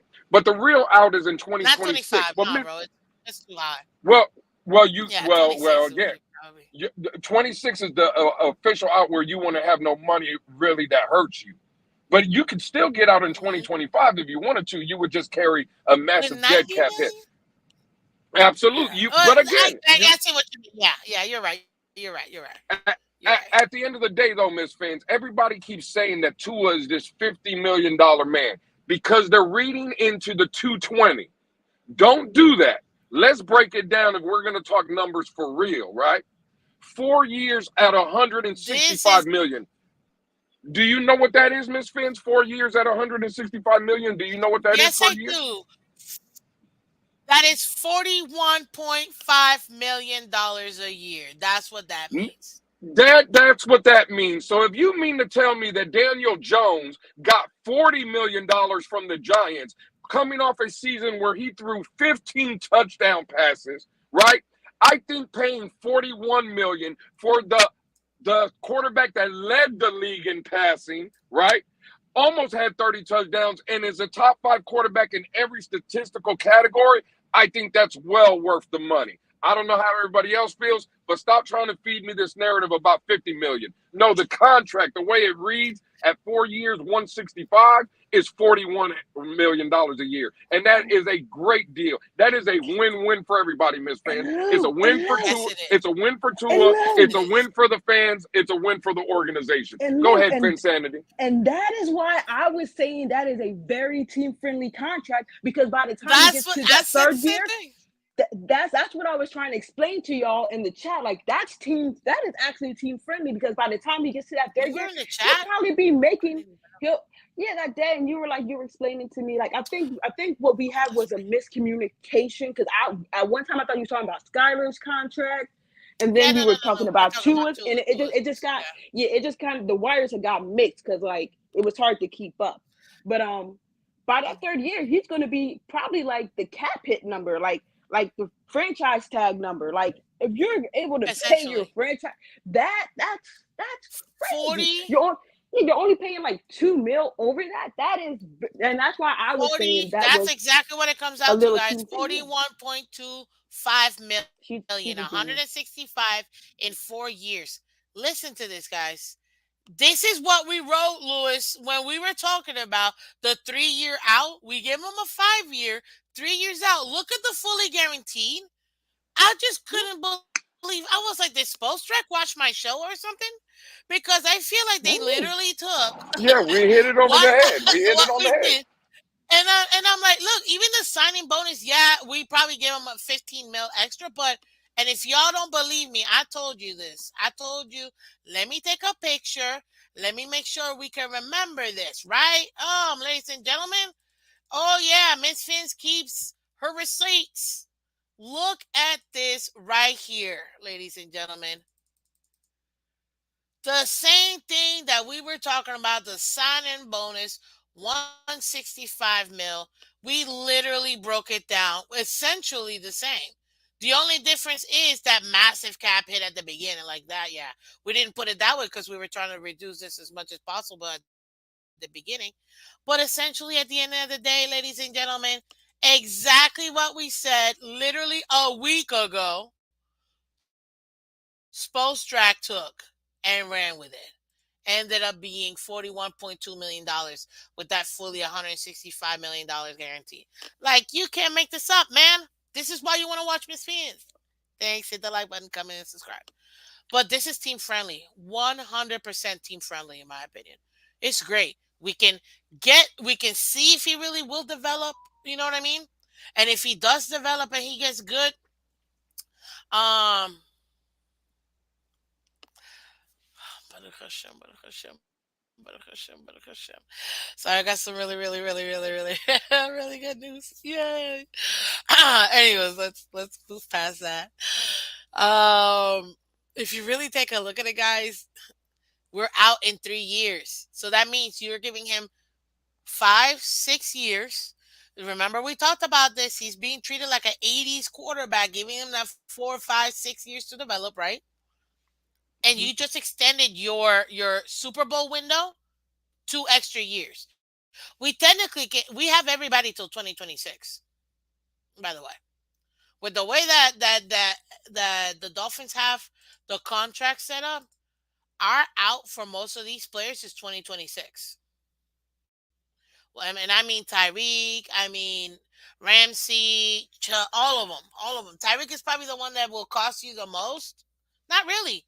We save $45 million in 2026 by cutting him. So that means, oh, you guys can't see what I'm doing. Sorry. Let me share this. Let me share this one. Can you guys hear me? Hello?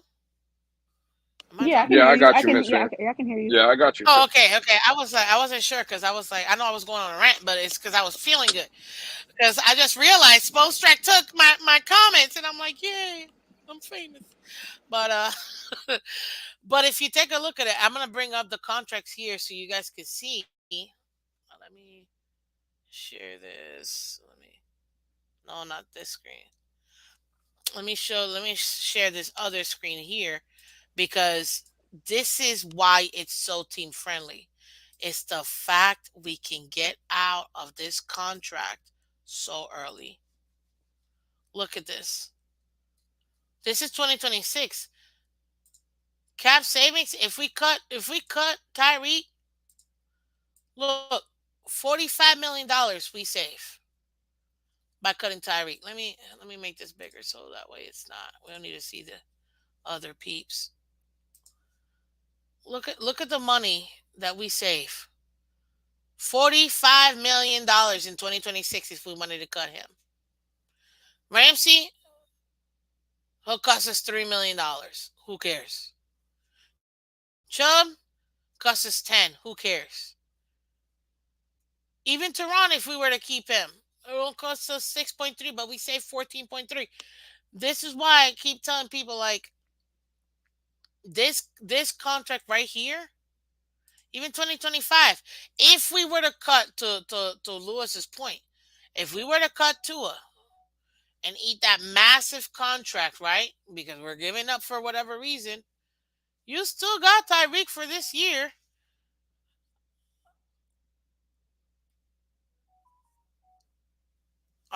You still got Tyreek for this year or next year that you can still use, and it'll still be cheap. $11 million in cap hit. His dead money's 22. Okay, but look at Ramsey. Like these contracts are so good right now. Like I'm telling you right now. It's crazy. It's crazy, Miss Fins. Oh I see. Right. Jesus, I see people in the chat, right, and they're saying what are they saying now? 165 million for a guy to see if he can develop. Well, right before I came up here, Miss Fins, you said that Trevor Lawrence is projected to get a 5 or 6 year deal worth 300 Yep. million. Does I'm Trevor gonna show Lawrence you still right have now. to? Does he still have to develop, Miss Fins and Finsanity? You're right. Yeah. Look at this. Justin Herbert just I got think so. I think 200. he's. Absolutely. Everybody has to develop. Justin Herbert, again, see, this is where people just want to be in their feelings. I just don't work with feelings. Justin Herbert got $218 million. He's virtually Tua Yep. because if your argument is that Tua hasn't won the division, well, neither has Justin Herbert. If your argument is Tua hasn't won no playoff game, well, neither has Justin Herbert. And we're talking about one quarterback that needs to develop more, getting 165 million to a guy that just got 218 million fully guaranteed. Which one is better? You see what I'm saying? Like, bro, stop. Thank you, Lewis. Thank you. Why do we always got to be in our feelings? Like the kid has gotten better every year. I'll be honest. I didn't want to after his first 2 years. I was like, man, this just don't look like the what it should. Being the fifth overall pick, a guy that I believe is supposed to come in here and change my franchise. But after year three, you started seeing him getting better. Last year, better and better and better, and staying healthy. Like, what else do we want from this kid? If this kid was just staying, what we seen from year one to year two, and then we got 3 and 4, and they were closer to what we seen in year 1 and 2, then okay, you got me. Bro, but every year the kid has gotten better. What makes me think that next year he will not be better? You're I right. just don't get like what people. It's because people don't like his size, or people don't like the way he's does his cornrows, or bro, like what are we talking about here? It's crazy to me. And I'm sorry, Miss Fans, I'd be going on rants, been saying that you No, guys know how I go, get. go, But Yeah, do you, it, it, man? go, man. it's We just love it. ridiculous, man. It's just ridiculous, But though. Like, but come on, man. I always ask them, okay, what is the solution, and is that better? Like, is that player that you want a better solution, or is it going to Hmm. give you the same result? Right. So I mean, and that's where it's tough, like right in the NFL at times, right? Like you can have a talent. Like think about how frustrating a lot of teams are going to be because they know they have a good quarterback, but right now it's the reign of terror of Mahomes. And until you can figure out that equation, until your team can figure out that equation, you know you have a good quarterback. You know you want to keep that guy, right? Like we had Dan freaking Marino. Dan freaking Marino. Some will The say man, one of the the man. greatest. But he just had Montana. He had the reign of Montana and Rice. And there was nothing you can do about it, right? But you knew you weren't going to move off it. And I'm not saying two was then. I'm just saying, like, sometimes you're just stuck with a guy. You're just stuck. And there's nothing you can do until you can find a move that is going to be better. And until you can find that, you might just got to deal with it. Right? You just got to deal with the frustration. There were plenty of good quarterbacks during the Tom Brady era. You just had to deal with Tom Brady. And until you could figure out how to do that, you're SOL. Sorry, not sorry. It's just how this league kind of works. You either have the guy or you just got a guy that's going Or to you get you don't. wins, Like get you to the that. playoff, and you're going to pray that somehow, some way, you figure it out. Like, and that's just the truth of it is. Like, it's frustrating as fans, right? Because all the talent we had, the roster that we had, right? There's no way none of us thought after, the first couple of weeks, man, I was feeling great. I'm like, man, listen, reality set in. This is it. Reality set in, and everyone has to come to that comeuppance that, like, hey, as great as that San Francisco team was talent wise, as great as their defense was and coveted and fantasy drafts and stuff like that, guess what? Still got to deal with a guy. Sorry, not sorry. I mean, That in you Yeah, every got you sports and, league, CMC. You got a fantasy team on the field, still couldn't beat them. So sometimes and, and And you see them, in the chat right now. They're all going about the Wonder Lick, right? Oh, what did Tua score in the Wonder Lick? But these are the same people that when you get them on a panel, right? These are the same people that tell you they love C.J. Stroud. Do you know what C.J. Stroud scored in the Wonder Lick? like 11 or something like no, that. I Right? don't. I It didn't was look it bad. up. I didn't really. They were talking bad about it the other day. Bryce Young, right? That went number 1 overall. I think he scored the highest Wonder Lick out of anybody in this year's draft. Did he look good to anybody? No, he did not. He was in a bad situation. He did. And again, he's devoid of talent in Carolina, right? So I'm not trying to take a shot at him. I'm just saying for the people in the chat, they always move the goalposts. If it's not about the size, then now it's about the Wonder. If it's not about his arm, it's about his legs. If it's not about this, and we didn't let him run so we could keep him. What? Like, stop crying. Like, stop crying. Because it could be a lot worse. You could have been Atlanta last year with DJ Ritter. Does people like that? You could have been Chicago with Justin Fields. You like that? You could have been Carolina with Bryce Young. Do you like that? All I know, this quarterback that can't run, can't throw, can't do anything right, he led the league in passing. He was a top 5 quarterback in every statistical metric, right? So, like, what are we talking about here? I'm not saying the kid is going to be great. I'm not saying he's going to be great. I'm not saying he's going to be a Hall of Famer. Who knows? All I'm saying is when we say we don't know about Tua, again, Josh Allen hasn't won anything. Joe Burrow hasn't won anything. Jalen Hurts, all these guys, everybody who has won something is all I'm saying. Everybody has to show me something. Everybody has to prove something. It's just not a Tua problem that the Miami Dolphins have. It's an NFL problem because until 15 and Big Red leave Kansas City, the NFL has been put on notice. It's not a Miami Dolphins have been put on notice. You see what I'm saying? It's frustrating. It really is, ladies. I'm sorry. No, and listen, I get other teams will have a sprinkle every now and then, just like the reign of terror of Tom Brady. Every now and then, something crazy will happen because Vegas will Vegas. I just can't believe he went from one to another. That's the part that pisses me off. You know what? No. How about we actually clip Lewis? That needs to be clipped. Lewis not defending Tua, but kind of defending Tua. Oh man, it's But he's been defending Tua for like a few weeks I've been now. defending. Well, no. I've been defending Tua since basically almost at the end of last year. I started coming around because you can see the improvement, right? And again, all I'm saying is be fair. I can still be critical of Tua, but be fair. I'm not like one of these people. I just keep the same energy. Miss Phins, you've heard me say it all the time. Now watch this, right? I think Tua is a top 5 quarterback, right? Statistics will tell me that. I believe Tua played very well during the season, right? Cool. Now watch this. Against Tennessee, I blame Tua for that loss. I think he played atrocious against Tennessee. I think he was terrible against Tennessee. I think week 17 against Buffalo, I think the defense holding Buffalo to 14 points with all the injuries they had, I think the Tua touches the ball on every play on the offense. No matter if it's a handoff or not, the ball's in his hand. I think Tua played atrocious against Buffalo. I think he was horrible. You see how that works?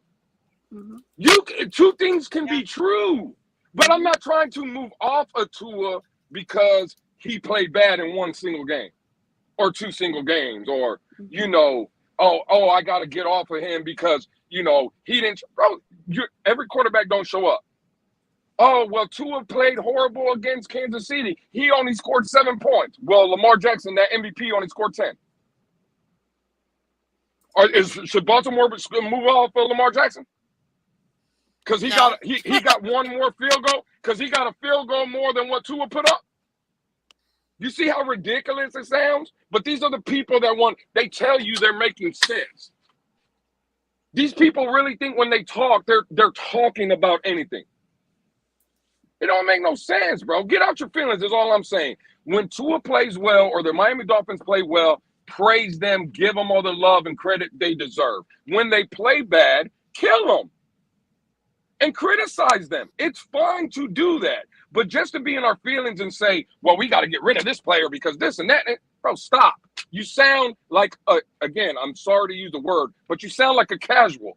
This is why there's so many people ask me all the time, Lewis, why do you think there's so many arguments in this community? Because we have, and again, I'm going to keep it very PC because this is Miss Phins show. If we were at the tailgate, I would be lighting people's behinds on fire. The fact of the matter is, though, because we got casuals in this community, and the casuals just want to come up and they're panel killers. They want to just kill panel. It don't make no sense what you're saying. No one's telling people not to be critical. No one's telling people not to be negative about this team or whatever. What we're saying is let's make sense when we talk, though, right? Let's just not be in our feelings when we talk because it's casual takes. And that's why people get in so many arguments. Because I'm willing to have a conversation with anybody and talk about it, whether I agree with you or not. Let's have a debate. Cool. And leave it like that. But don't sit here and tell me, Vinsanity said it 10 minutes ago. Okay, people want to move off of Tua. Cool. Give me the better option. They'll tell you, go get Kirk Cousins. So wait a minute. We're going to move off Tua that's been in the league 4 years because he can't win the big games. But we're going to go get Kirk Cousins that's been in the league for 10 years and he can't win no big games. Does that make sense to anybody?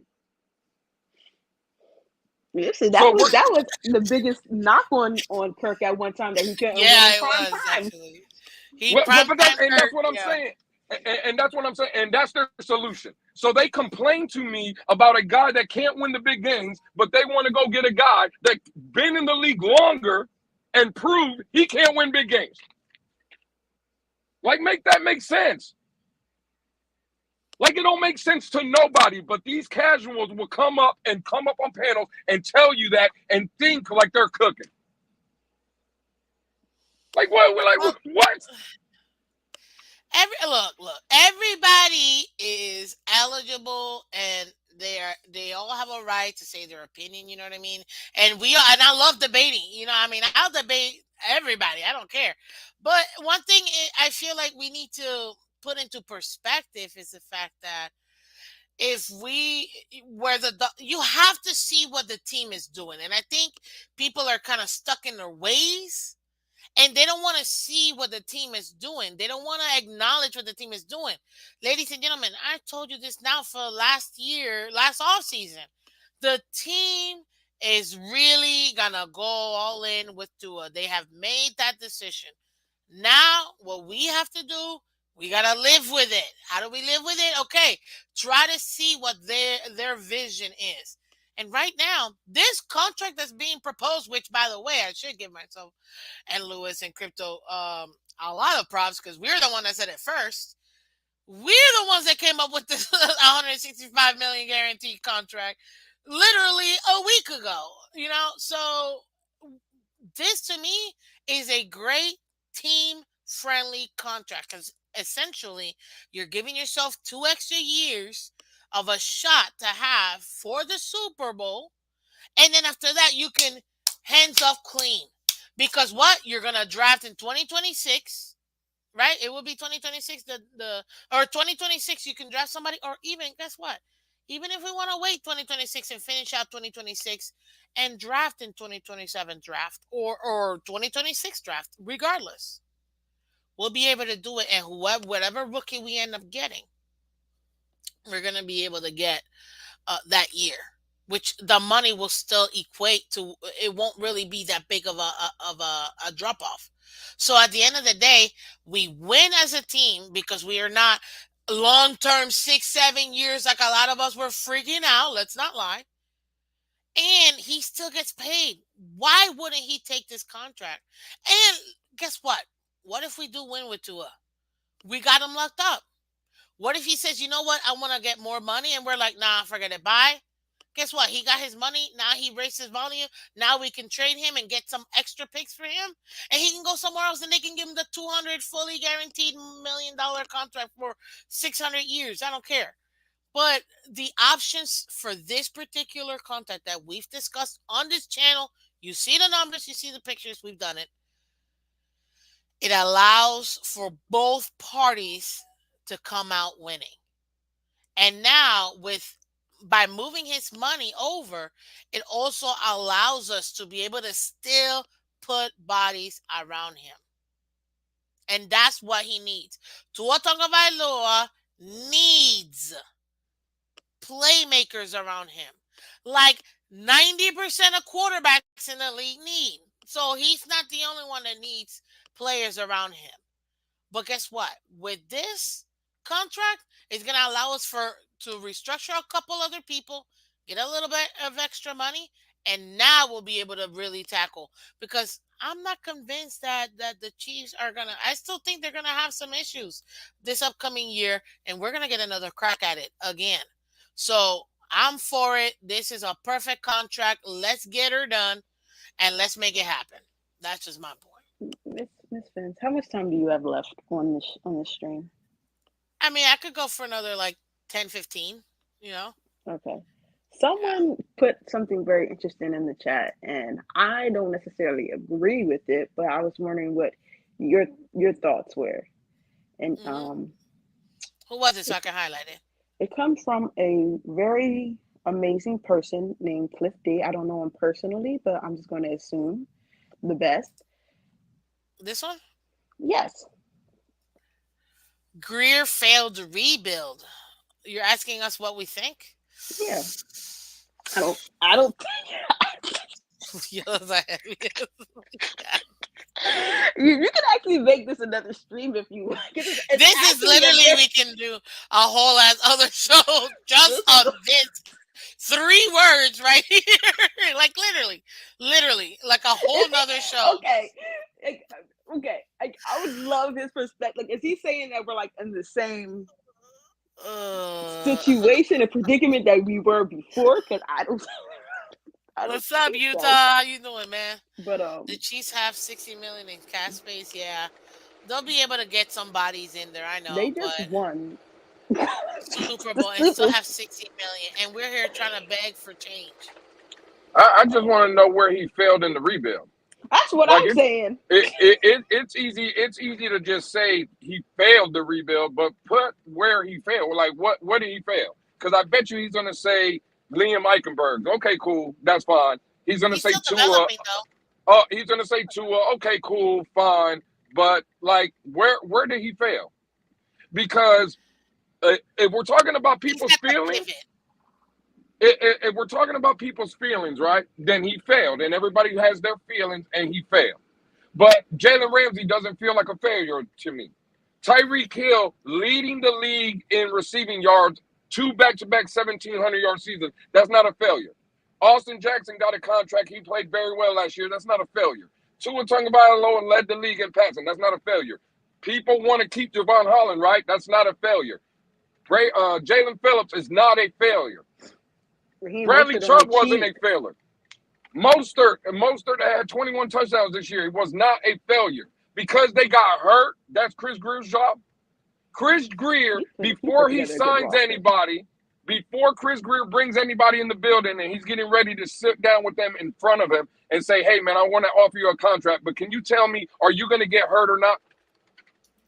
Like, does Chris Grier know if players are going to get hurt? So now that a player gets hurt, now that's Chris Grier's job too.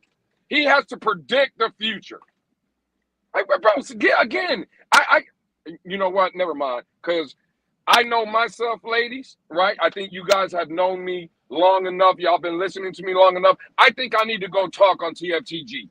Because this morning show stuff, it's very nice. I support it. I hit the like button. I subscribe to Miss Phins. I love what she does. But a person like I need to cuss at some of these damn idiots. I'm sorry. I can't lie to you.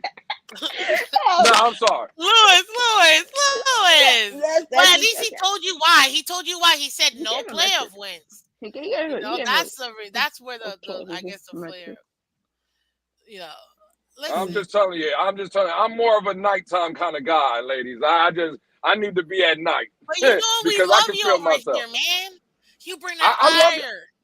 I love you too, Miss Fins. I'm always going to be here supporting. I'll be in the chat, and when I get some time, hop up. I love Fins saying that. That's why I wanted to come up. See, but I can have a debate, right? And I don't. I just didn't want to. I'm not saying that Cliff D is an idiot. I'm just saying when I see comments like that and stuff, it's more on feelings, right? If we sat down and we really had a conversation and we went through and we were just having a debate, right?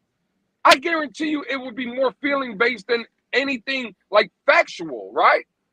Like again, Chris Grier cannot project a player getting injured. And when we were healthy, right? When the pass rushers were there, when our running backs were there, when we were 11-4 in week 15. It wasn't like we were 6-7.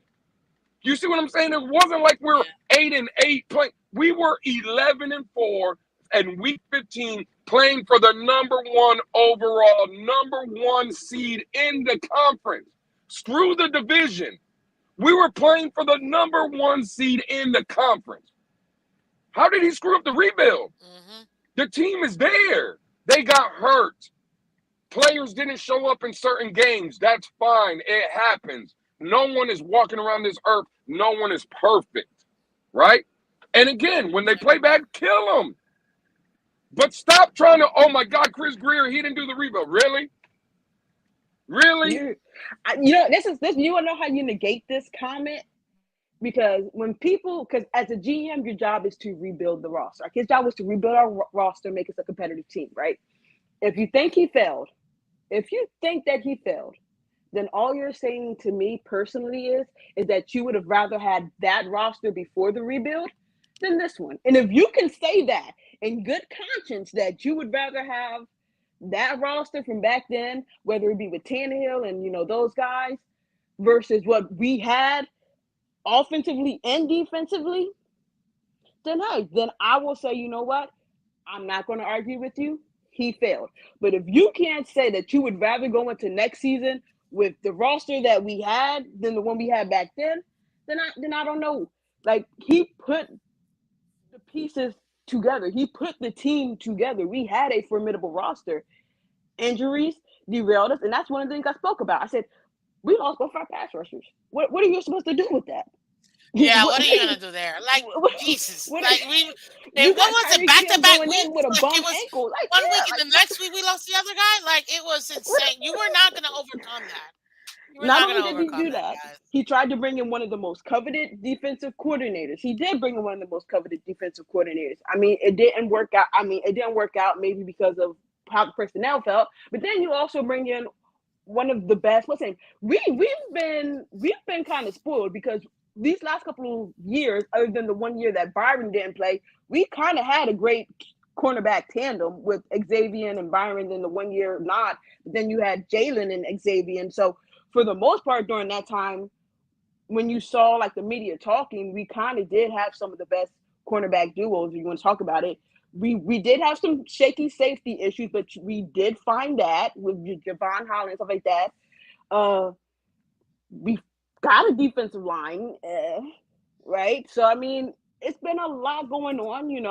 We had only two coaches during that time in the rebuild. We had Flo, and then we brought in McDaniel to try to take over the hump. But as far as what he tried to do, I don't think he failed. I think that the roster, bringing in, acquiring pieces that a lot of us were excited about, spending that money, sometimes things don't shake out. I mean, we kind of could have forecasted the Teron Armstead problem, but still, at the time, you need to protect your quarterback, and it's not like he tried to discount that. He went out and tried to get one of the best guys, and anyone that he's kind of brought in technically was a proven talent if you went and got him from another team. We Look, can't let say me. so. That's just how I feel. I feel like You're he true. he Let tried, me get in and I don't this think he because I failed. feel like Go ahead. no. First of all, your name. Stop it. You love the hair color. Thank you, girl. I just got it done this Love it. weekend. So I love it. appreciate Absolutely. it. Appreciate it. uh, But let me answer this. I actually agree with Cliff D in this sense. Hold up before you come for me, Lou. The goal was Super Bowl, at least AFC Championship, and it's been out there. We've heard it for this particular year. Now, this is it's two things that I'm going to say. That was the expectation, but there are things that we also have to consider that make the season insurmountable. Like there's certain things that you just cannot get over. And I give no team the injury excuse whatsoever because again, I everybody has to deal with injuries.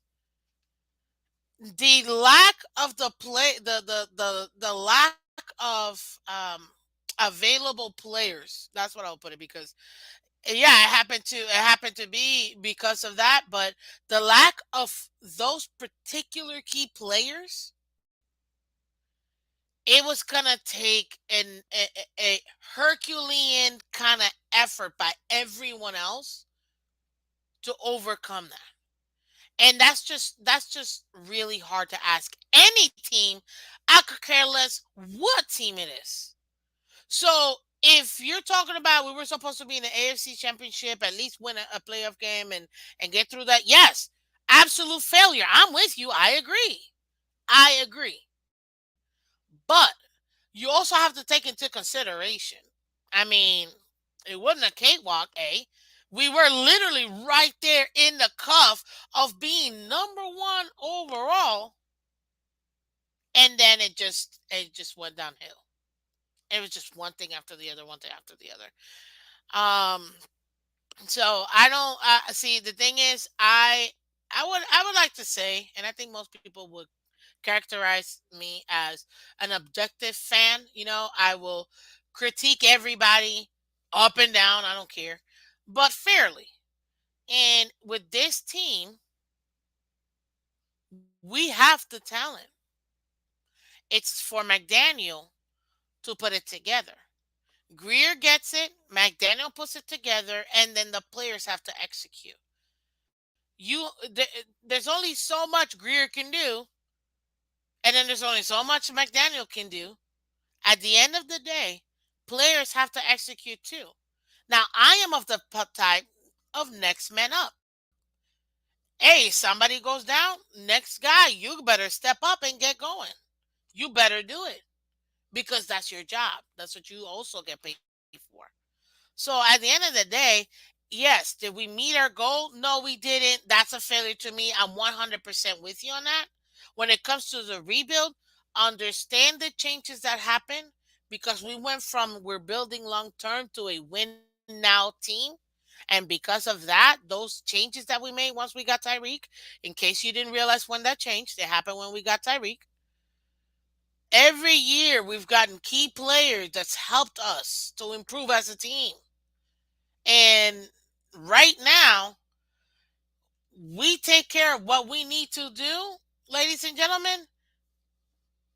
We're gonna be able to actually compete, in my opinion, and go deep in the playoffs this season. But ultimately, there's only so much Greer is able to do. You can just get the bodies.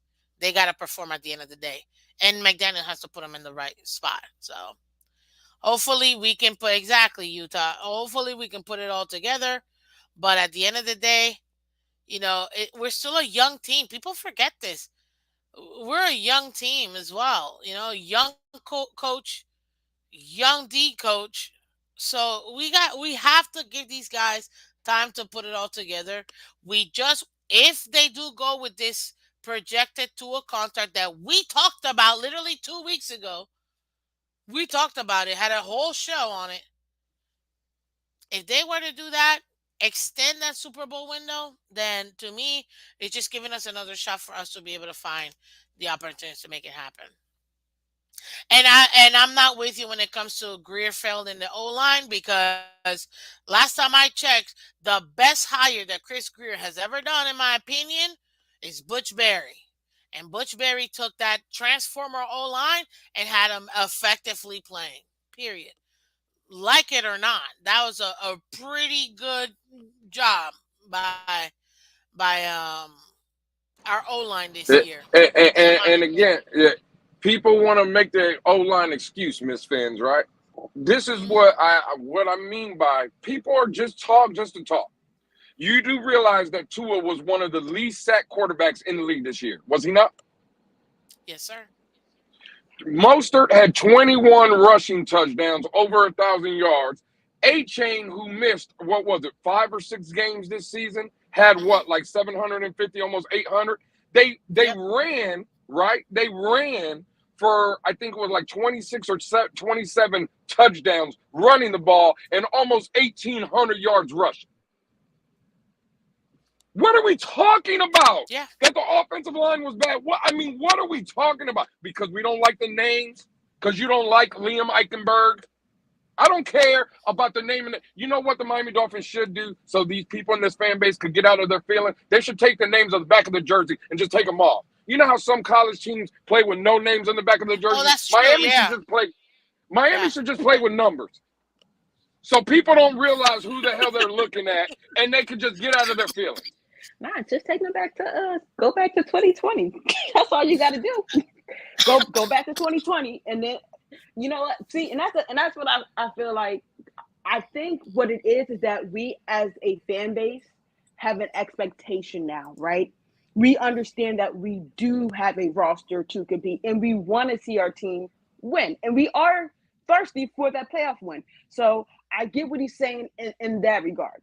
For me, when they talk about Grier in the rebuild, I can only look to the roster and the team that he put together. I cannot go out there and think about the execution because he has not brought anyone in here who has not shown the ability to do that. He has not paid anyone who has not been an all pro, who has not been to a Pro Bowl. He has acquired, whether like not the draft, but the players that he's brought in to try to round it out and Free complete it agency. to make us compete have been proven names. Like we were all kind of happy when we saw a lot of those signings coming through, right? The trades and stuff, what they were. I get what they're saying. They're saying the end result. And you want to bring up the Titans game? Fine. No one puts that game on Grier. That was on coaching. And we all know that Titans game was 100%, even if you want to go 99% on coaching. So Yeah. when you talk about that aspect of it, you can't put that on Grier because he gave us the roster to do it. If you want to say McDaniel and the team failed this season, absolutely, because they didn't reach any of their goals. But to say Grier didn't do his job, Grier did his job because he put a roster together that we all believed in. He put together a roster that we thought could win a playoff game. He put together a roster that we thought could compete for a Super Bowl, and that's his job. And that's where I say the rebuild technically hasn't failed. But if you want to talk about end of season goals and benchmarks and all that type of stuff, that's on the players going out there. That's on them. That's not on Greer. Because all he can do is give contracts, bring in talent, and that's what he did. And a lot of us were optimistic because of Hmm. the roster that he put together. So that's the only thing that I say with Greer. If you want to talk about Greer, we got to talk about the roster and the personnel, the execution and all that. Hey, it is what it is. That's not on him because he doesn't throw a pass, he doesn't run a ball, he doesn't call a play. He sits up there and says, "You know what? I gave you what you needed. Now you need to go get it done." And that's on every position group coach. That's on for me, the towel boy. Did you get the towel out there fast enough during a rainy game? Like every little intricate part. That's on them. The people that actually step on the field. Was the Gatorade the right flavor this week for that particular player? No, well then you failed. Get him his cool blue instead of his frost glacier. Like you know what the guy likes. Like don't get me. Frost I'm just Gracious. let me stop. But like that's how I feel. With Greer, it has to come down to the roster. And if we can say that we would rather go back to that 2019 roster comparatively to this one, then hey, you can have it. But that's not how I feel. That's not. I'm happy with what we have. I think Um, and it we can just all gotta, agree. yeah. That Well, I there's would a say comment. we can all agree this is the best roster we've had in years. Go ahead, Luce. There's a comment in the chat saying, does anyone believe if Lamar Jackson, if Burrow, or if Josh Allen was the Dolphin quarterback, would this team win a Super Bowl? My answer would be no. I would say no. Buffalo has had great rosters. Have they won? Yeah. Josh Allen has had talent. Josh Allen, the last 3 years in Buffalo, has had a top 10 defense. Has had Stephon Diggs. Has had weapons. He is the ultimate weapon, right? Ain't he the guy that could put the team on his shoulder and win games by himself? So no, I don't believe we win Jeez. with Josh Allen. Burrow went to a Super Bowl. He did, again, great. He went. He did it. Did he win? No, he did not. And the fact of the One matter play is, away. Joe Burrow was in the same draft as Tua, right? We always talk about Tua's injury concerns, right? He's an injury-prone quarterback. Joe Burrow, out of his 4 years, didn't finish the season. Is he injury-prone? Funny how people don't want to look at that, though. He's People prone want to to look injury past at that, though. least. Well, again, they want to look past that, though. And Lamar Jackson, let's go to Lamar Jackson if he was the Dolphin quarterback. Did Lamar Jackson not have weapons this year? Yes, he did. Did he not have a Yeah. solid O-line? Yes, he did. Did he not have a top-line defense? Yes, he did. Did he not have home field advantage throughout the playoffs? Yes, he did. And that same guy that we had to go and play in Kansas City because of our own doing, right? I'm not blaming that. We should have won the division. I agree with guys like Cliff D and everybody in the chat that's saying that we should have won the division. Absolutely. I agree with that. The fact Absolutely. remains, though, we had to go to Kansas City when it was minus 30. Our fault for doing it, but that's what we did. Lamar Jackson lost to the same guy Tua did at home. At home. With his fans in attendance, with the Baltimore faithful there, with the strong defense, with the strong running game, with the weapons, and Lamar Jackson himself on the field, they lost to that same team that beat Tua and the Dolphins. So what happened? Yep. Lamar Jackson didn't have everything for him this year. Everything wasn't painted. Who was the favorite going into that game? Oh, Ravens. The Baltimore Not even Ravens. close. Mm-hmm. So Yeah, what not even happened? Why didn't they win? I thought they have a quarterback. I thought they had a guy that can do no wrong. He can make everything. What happened? That guy scored 10 points. Yeah. Now, don't argue with Please. me. I'm sorry. Don't argue with me. Go argue with your mama if you want to argue with somebody. Don't argue with me. You can debate though. Debating is great, you know. Just be kind to each other. That's all. The problem is, Miss What Phins, you when were you get in the saying. debate, with me, Miss Phins, I start killing people, and I don't want to do it this morning. I'm trying to have a good morning. I'm trying to celebrate. We're having a great week. You know what I'm Oh, saying? But I'm having a pretending. great morning, dude. Miss Fizz, You Miss Fizz, kidding I'm me? about to get up here and defend Tua now once. Let's go. I'm loving this. You know what happens when I start coming around. They start bringing out the white chalk and yellow tape. You know what I'm saying? And I ain't trying to do that this morning. I really ain't trying to do it. Oh my gosh, I can't. Where can bake, baby? Yup. Exactly. Louis, you're so entertaining. I know. I'm telling you. Like, I love having you here, man. You're awesome. I mean, but it's true. The thing is, I know we get very animated when they talk about our team because we truly love our team. It's just, even with this topic, this is why I wanted to bring it up because I didn't touch it after it came out. You saw it came out, what, 2, 3 days ago? I'm like, let it simmer and then I'll get to it. But the reason why I wanted to talk about it is because we literally had this conversation. What would be the most Tim friendly deal? And I had the pleasure of having you, Lewis, Crypto up here, and we broke that puppy down. And it's essentially the same thing that Spostrack just came out with a couple days ago, and we did this 2 weeks ago. So it lets us, what lets me know is that us as a fan base, or at least some of us that are very critical of the team and analyze the team, like we do as content creators, it feels like we're in the right track. I don't know. Do you think that way, Lewis? Because I feel like it just confirms that we're in the right track of where we see the team going or what the team is perhaps looking to do. Or am I far fetched? I don't know. No, absolutely not. Again, I'm not trying to make the argument of Tua's better than anybody else, right? I said Tua when we were doing that, Miss Fans, if you remember, Lamar Mm-hmm. Jackson had one MVP already before he got his contract, before he won the MVP this year, right? So if you already have an MVP and a playoff win, and Jalen Hurts, before he got his deal, already went to a Super Bowl, right? Then I believe Tua's guaranteed money should be under those gentlemen. Lamar got 185. I think Jalen Hurts got 179, something like that. So 165, 170, that's perfect for Tua. Like Tua has earned a contract, but Tua's guaranteed money, in my opinion. Now, I think there's only one guy that should be over 200 million guaranteed, and that's Patrick Mahomes. I think Cincinnati overpaid for Joe Burrow, giving him 218. I Yeah. think Justin Herbert at 217 is horrible too, right?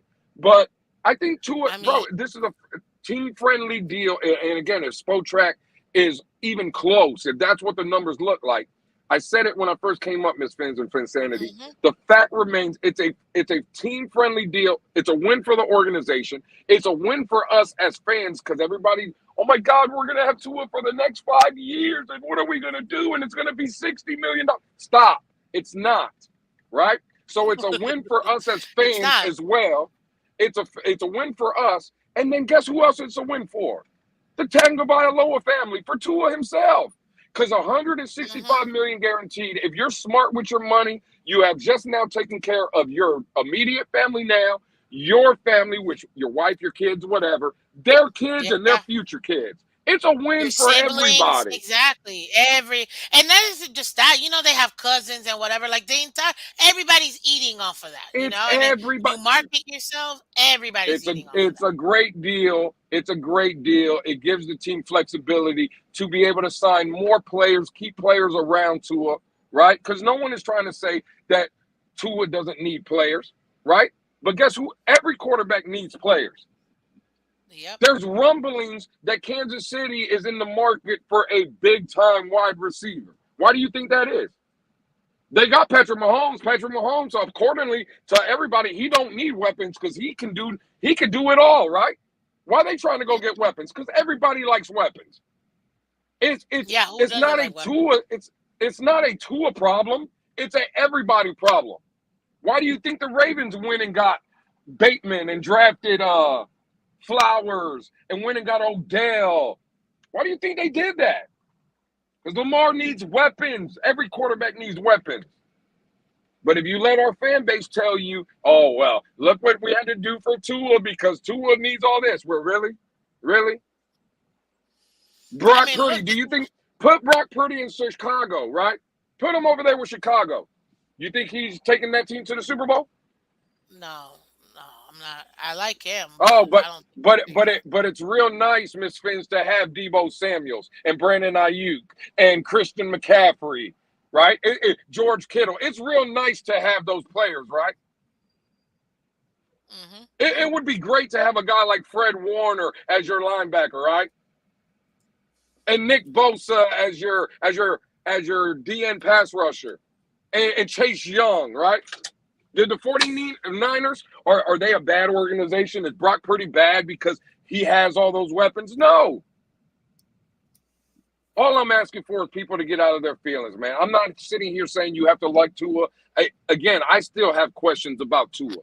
What I'm saying is let's just be fair. Don't give me this, oh, because I'm in my feelings. I don't like him because he's not tall enough and he don't see over the line and he don't call audibles. And bro, stop. You sound like a casual when you say that. Again, criticize them, cool. Praise them, cool. Keep it down the middle. Just be objective. That's all we want. And I learned from some of the best people in well, again, let me rephrase that, right? I learned a lot from Finsanity watching her years ago, right? Because she's objective. Guys like TD, guys like Reason, right? I won't throw EM out. I don't even know who that is, to be honest with you. But again, guys like that, right? Be objective. That's all you're asking for. Don't call it, don't be an extra homer, and don't be one of those negative Nancy. Be in the middle and call it how you see it, right? And if you're fair, I ain't got no problem with you. But it's just a lot of time, and this is not only for the people that's negative, for the people that come out and say Tua's the best thing ever. He can't do no wrong. I don't believe that neither, right? But just keep it objective, and that's all I'm asking for, ladies. Really, that's it.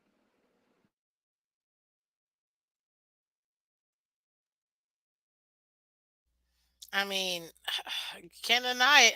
And this is why I pulled this up because I wanted people to see this. This is the quarterback, guys. The total guarantees. Joe Burrow got 219. Herbert got 193.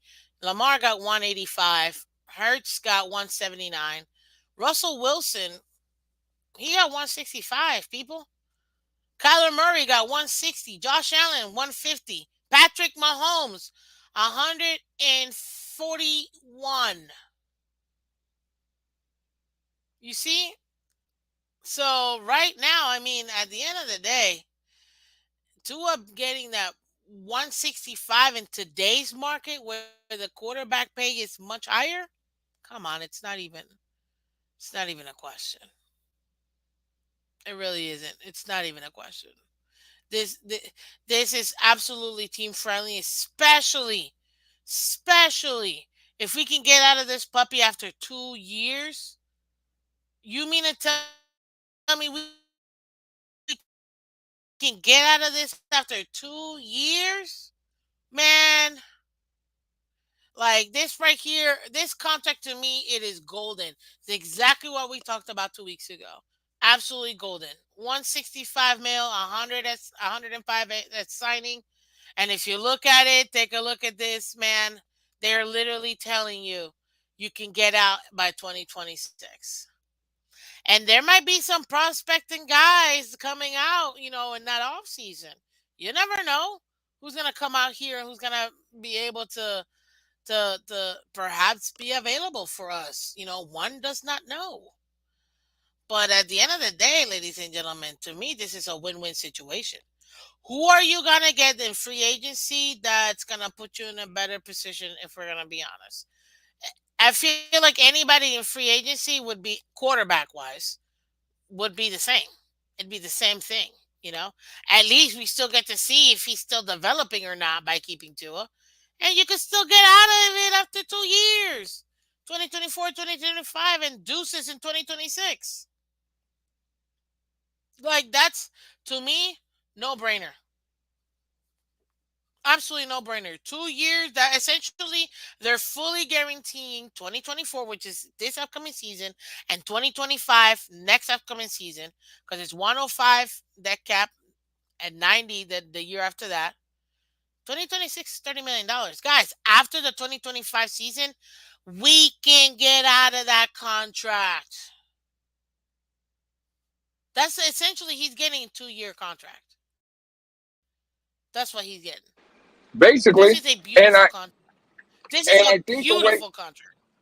absolutely, Miss Fins, and I think the way I see the way they were kind of structuring it this year, if this turned out to be the contract, right, with Spotrac, if you Yep. went down from where I seen it, the cap hit is only $5 million. Now Tua is 5. Yeah, projected to get, 15 with the bonus. So yeah. well 15, but again, I think against the cap it's five, right? Because I No, think the 15. bonus is The just bonus. okay. The Well, bonus, remember it because that gets prorated equally among the years. So oh, that's it's true. Yeah, 15 you're right. million. You're He's right. only gonna cost us 15 million. That's it. Versus the 23 he would have cost us in his 5th year option. Do people not see that? We just saved eight No, million no, no, dollars. they don't see that, Miss Fan. They don't. We They don't see that. just saved $8 million in this year's cap by if we were to do this kind of contract. I see nothing wrong with this. I see nothing wrong with this. Next year, yeah, it's gonna bite us in the booty. He'll be $60 million cap hit, and after next year, we can leave him. He still get all his guarantees monies. Where is where is the bad part of this contract, people? I'm still trying to figure that out. How do you not like this contract? Maybe you don't understand it, and if you don't understand it, we can break it down even more. But I feel like I've already spent over an hour doing that. So I don't know. To me, it's absolutely team friendly deal. This is the ultimate deal. Period. The ultimate deal. Absolutely the ultimate deal if you want to talk about it. If you want to give yourself a chance. Ultimate deal right here. You give him a chance to still develop. You have somebody that's better than a projected maybe in a draft pick or an old guy that you don't even know what you're going to get. Yeah, you might as well just do this. You save 8 mil in cap. Yeah, And on top of absolutely. that, too, get out after the year afterwards. Like, come on, man. Well, I don't even know what to say. listen, I'm gonna let you ladies. I'm gonna get up out of here. Thank you. I appreciate you, Miss Fans, always dropping the link for me and letting me come up and speak. Hmm. Insanity. You already know what time it is. And hey, I'm gonna let you ladies finish out the show. But appreciate it. Love everyone. Love you two ladies especially. And I'll catch y'all later on tonight. Yeah, So Thank you nice so talking y'all to much, you, Lou. Liz. Thank you. Appreciate you. y'all be easy. Absolutely. It's always great when Lewis comes up here. He brings like I a, know, a right? great energy, right? He just brings like, hey, y'all are team nice. I love him. He's like, I'm gonna bring that. I'm gonna sprinkle that TFTG PBS. I know. I think it's great. You know what I mean? I feel like we Mhm. get the best of him, in my Yeah, opinion. But and he, and he's of still course, just as entertaining, in my opinion. Like, yo, we love can I you, say Lou. something? We love Can, you. can I Yeah, say go can I ahead. say something? Lewis, Lewis is a gem in this community. He really is because where a lot of people have particular loyalties to certain players, you can really feel that Lewis is loyal to this team. Like he's going to be there, rain, sleet, sunshine, rainbows, and he's just going to be him in that. He's not going to get too high, get too low. He's in his groove. And you very rarely find that in content creators. A lot of people feel like you got to be this or that, but Lewis is going to be Lewis no matter what stream he goes on, no matter how good or bad this team is playing. You're going to get Lewis, and he stays base in that. So I definitely get that man as flowers. Shout out to TFTG for finding the gym, and shout out to Cap because Cap is cool. I like listening to Cap. Cap be turning up. The Phins tailgate. Yeah. No, man, they're awesome over there. And yeah, I appreciate always having them on. You know what I mean? Like, I mean, it's great. At the end of the day, I thought today was, I really wanted to talk about this because I'm like, you know what? Let's talk about it because I saw the value in this. And I wanted to see people's reactions first. This is ridiculous. $50 million. Blah, blah. And I'm looking at like social media and I'm like, I don't think you guys understand what this really means. And that's why this show today. This is a great if this ends up being the contract, man, sign me up today. Like literally extend them today. Like don't even wait another minute. Do it today. Like this, I'm telling you right now, this would be great. This would be amazing. How do you feel about us running a no huddle offense? Mm, Two, we can do it. We can do it. We can do yeah, it. It has to be some give and take with the two.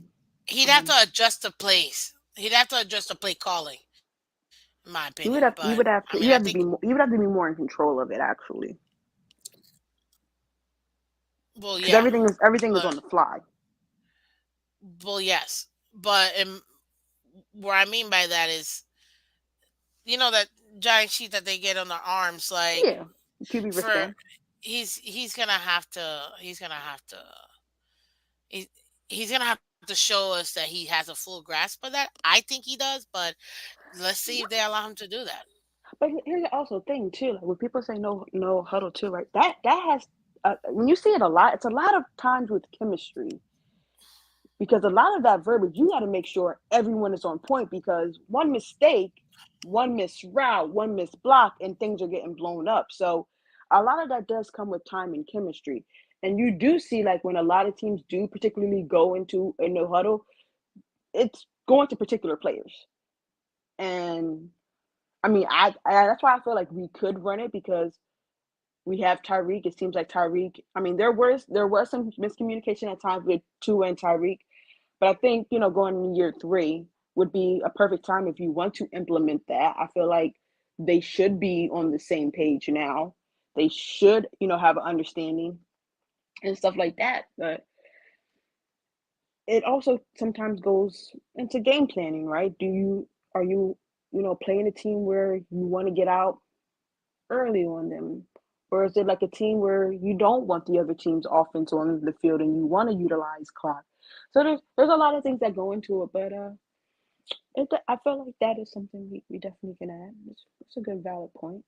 Switch it up a little bit, keep other teams' defenses tired against our speed. It'll be fun. Let's see. You're muted. You're muted. You're muted. You're really, really muted. You're muted. You're muted. Thanks. And I saw you cooking. I saw you cooking. That's why I had to like sing. I'm like, Oh, man, I was like, man, Jim, and now I forgot it. But no, I was gonna say, I mean, I have to agree. We just have to adjust a little bit, but I think that we can do it. It'd be good for the team. At the end of the day, somebody asked about the tag, like the time frame for tags. I just put it in the comment section. From February 20th to March 5th at 4 p.m. is when teams have to tag players. Um, Ladies and gentlemen, to me, overall with today, because I want to make sure I let everybody just recap real quick. To me, this is a great deal. Period. Period. Period.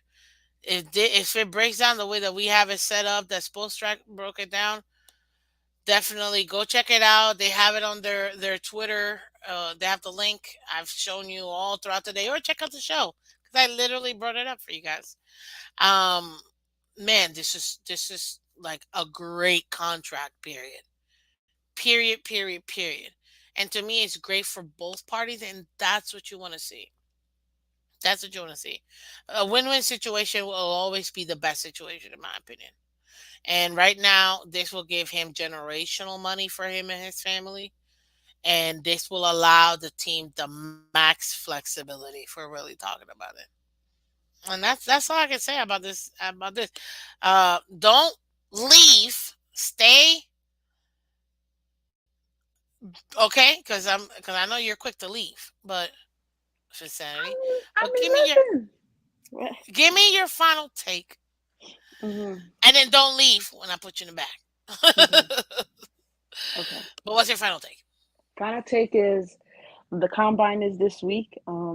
Shout out to all the young prospects coming into the league and auditioning right now. I would definitely be paying attention to Sunday. I believe is the offensive lineman. So that'll be Hmm. very interesting. But I might sprinkle my eye in on the tight ends and stuff. But I love watching the wide receivers do their drills anyways. I don't know. That'll be a very interesting, thing for you to hear your take on, especially, with the offensive lineman and the guy that we're On projected Monday, to I'm get. gonna Yeah. I'm gonna recap it. Yeah. I know you got this. I know you got this. But no, as always, remember that each and every one of you is loved by someone. You're cared about. You are important. To everyone who put a comment in the comment section that we got to talk about, and even Dan can talk about. You guys were having interesting conversations. I was following it. You guys absolutely bring so much to this show, so much fire. It entertains us. It gives us, things to talk about. Miss Finch was only supposed to be on here for another 10, 15 minutes, and we went like a whole nother 30. So thank you guys for that. You are all appreciated. Hit 45. like, subscribe, do all that because she's awesome. She brings it to you guys every single day, Monday through Friday, 8 to 8 a.m. whenever, Eastern. 8 a.m. to whenever it ends. Now it used to be a set time, but she loves you guys so much that she puts that time in. Make sure you do that. Hit her up on all her social media too. Make sure you give her a follow. Make sure you like the shorts that she puts up because she puts that stuff up for you guys too. Just appreciate all the content that she puts out there because it's not easy and she definitely has been putting that work in. And that's all that I got. Oh, and also thank you, Lewis, for those kind words. I really appreciate it. Shout out to Lewis for coming up. Oh, and Lance too. I don't want to forget Lance because Yeah, Lance shout was out to amazing Lance, too. man. Shout out to Lance definitely had brought us some great points too. So shout out to Lance, shout out to Lewis, both of you guys, man. You guys were awesome. Appreciate you, loud. Hey guys, do me a favor if you haven't already subscribed, definitely subscribe to the channel because it helps out. Honestly, it's free. And hit if you see a little button like this, it looks like this or like this. Go ahead and hit it because it really helps out the channel and lets the algorithm know and lets the audience know, hey, you like the content and you want to continue to get more. So that's the easy, freest way you can go ahead and help out. And there's a million other ways like becoming a member and things like that. But I appreciate you if you stay in the back, like I said, and we'll continue the conversation because I do have a couple questions for you. Thank you, ladies and gentlemen. Overall, appreciate you guys for coming through. Listen, I don't know about you, but I thought it was a great show. Like always, we have fun and we enjoy ourselves because that's what you're supposed to do. It's Friday, people. Listen, if you're alive and you are watching the show, that already's a blessing. Just waking up is a blessing. We're not promised tomorrow. We're promised today. So enjoy today. Have fun. I wish everybody joy. Watch the combine. Watch family. My brother got back from college because he's on spring break now. We got to watch Dune Part 2. And man, holy smokes. Go watch that movie. And if you don't know what movie I'm talking about, go watch Part 1 and then go watch Part 2 in the theaters. Amazing, amazing movies. For sure. But guys, again, this is Miss Phins. I'm Miss Phins. I appreciate all of you guys for coming through. Thank you all of you guys for assisting. And you know what, man, you guys really do make a difference. Thank you. Take care, and I will see you later. Bye bye.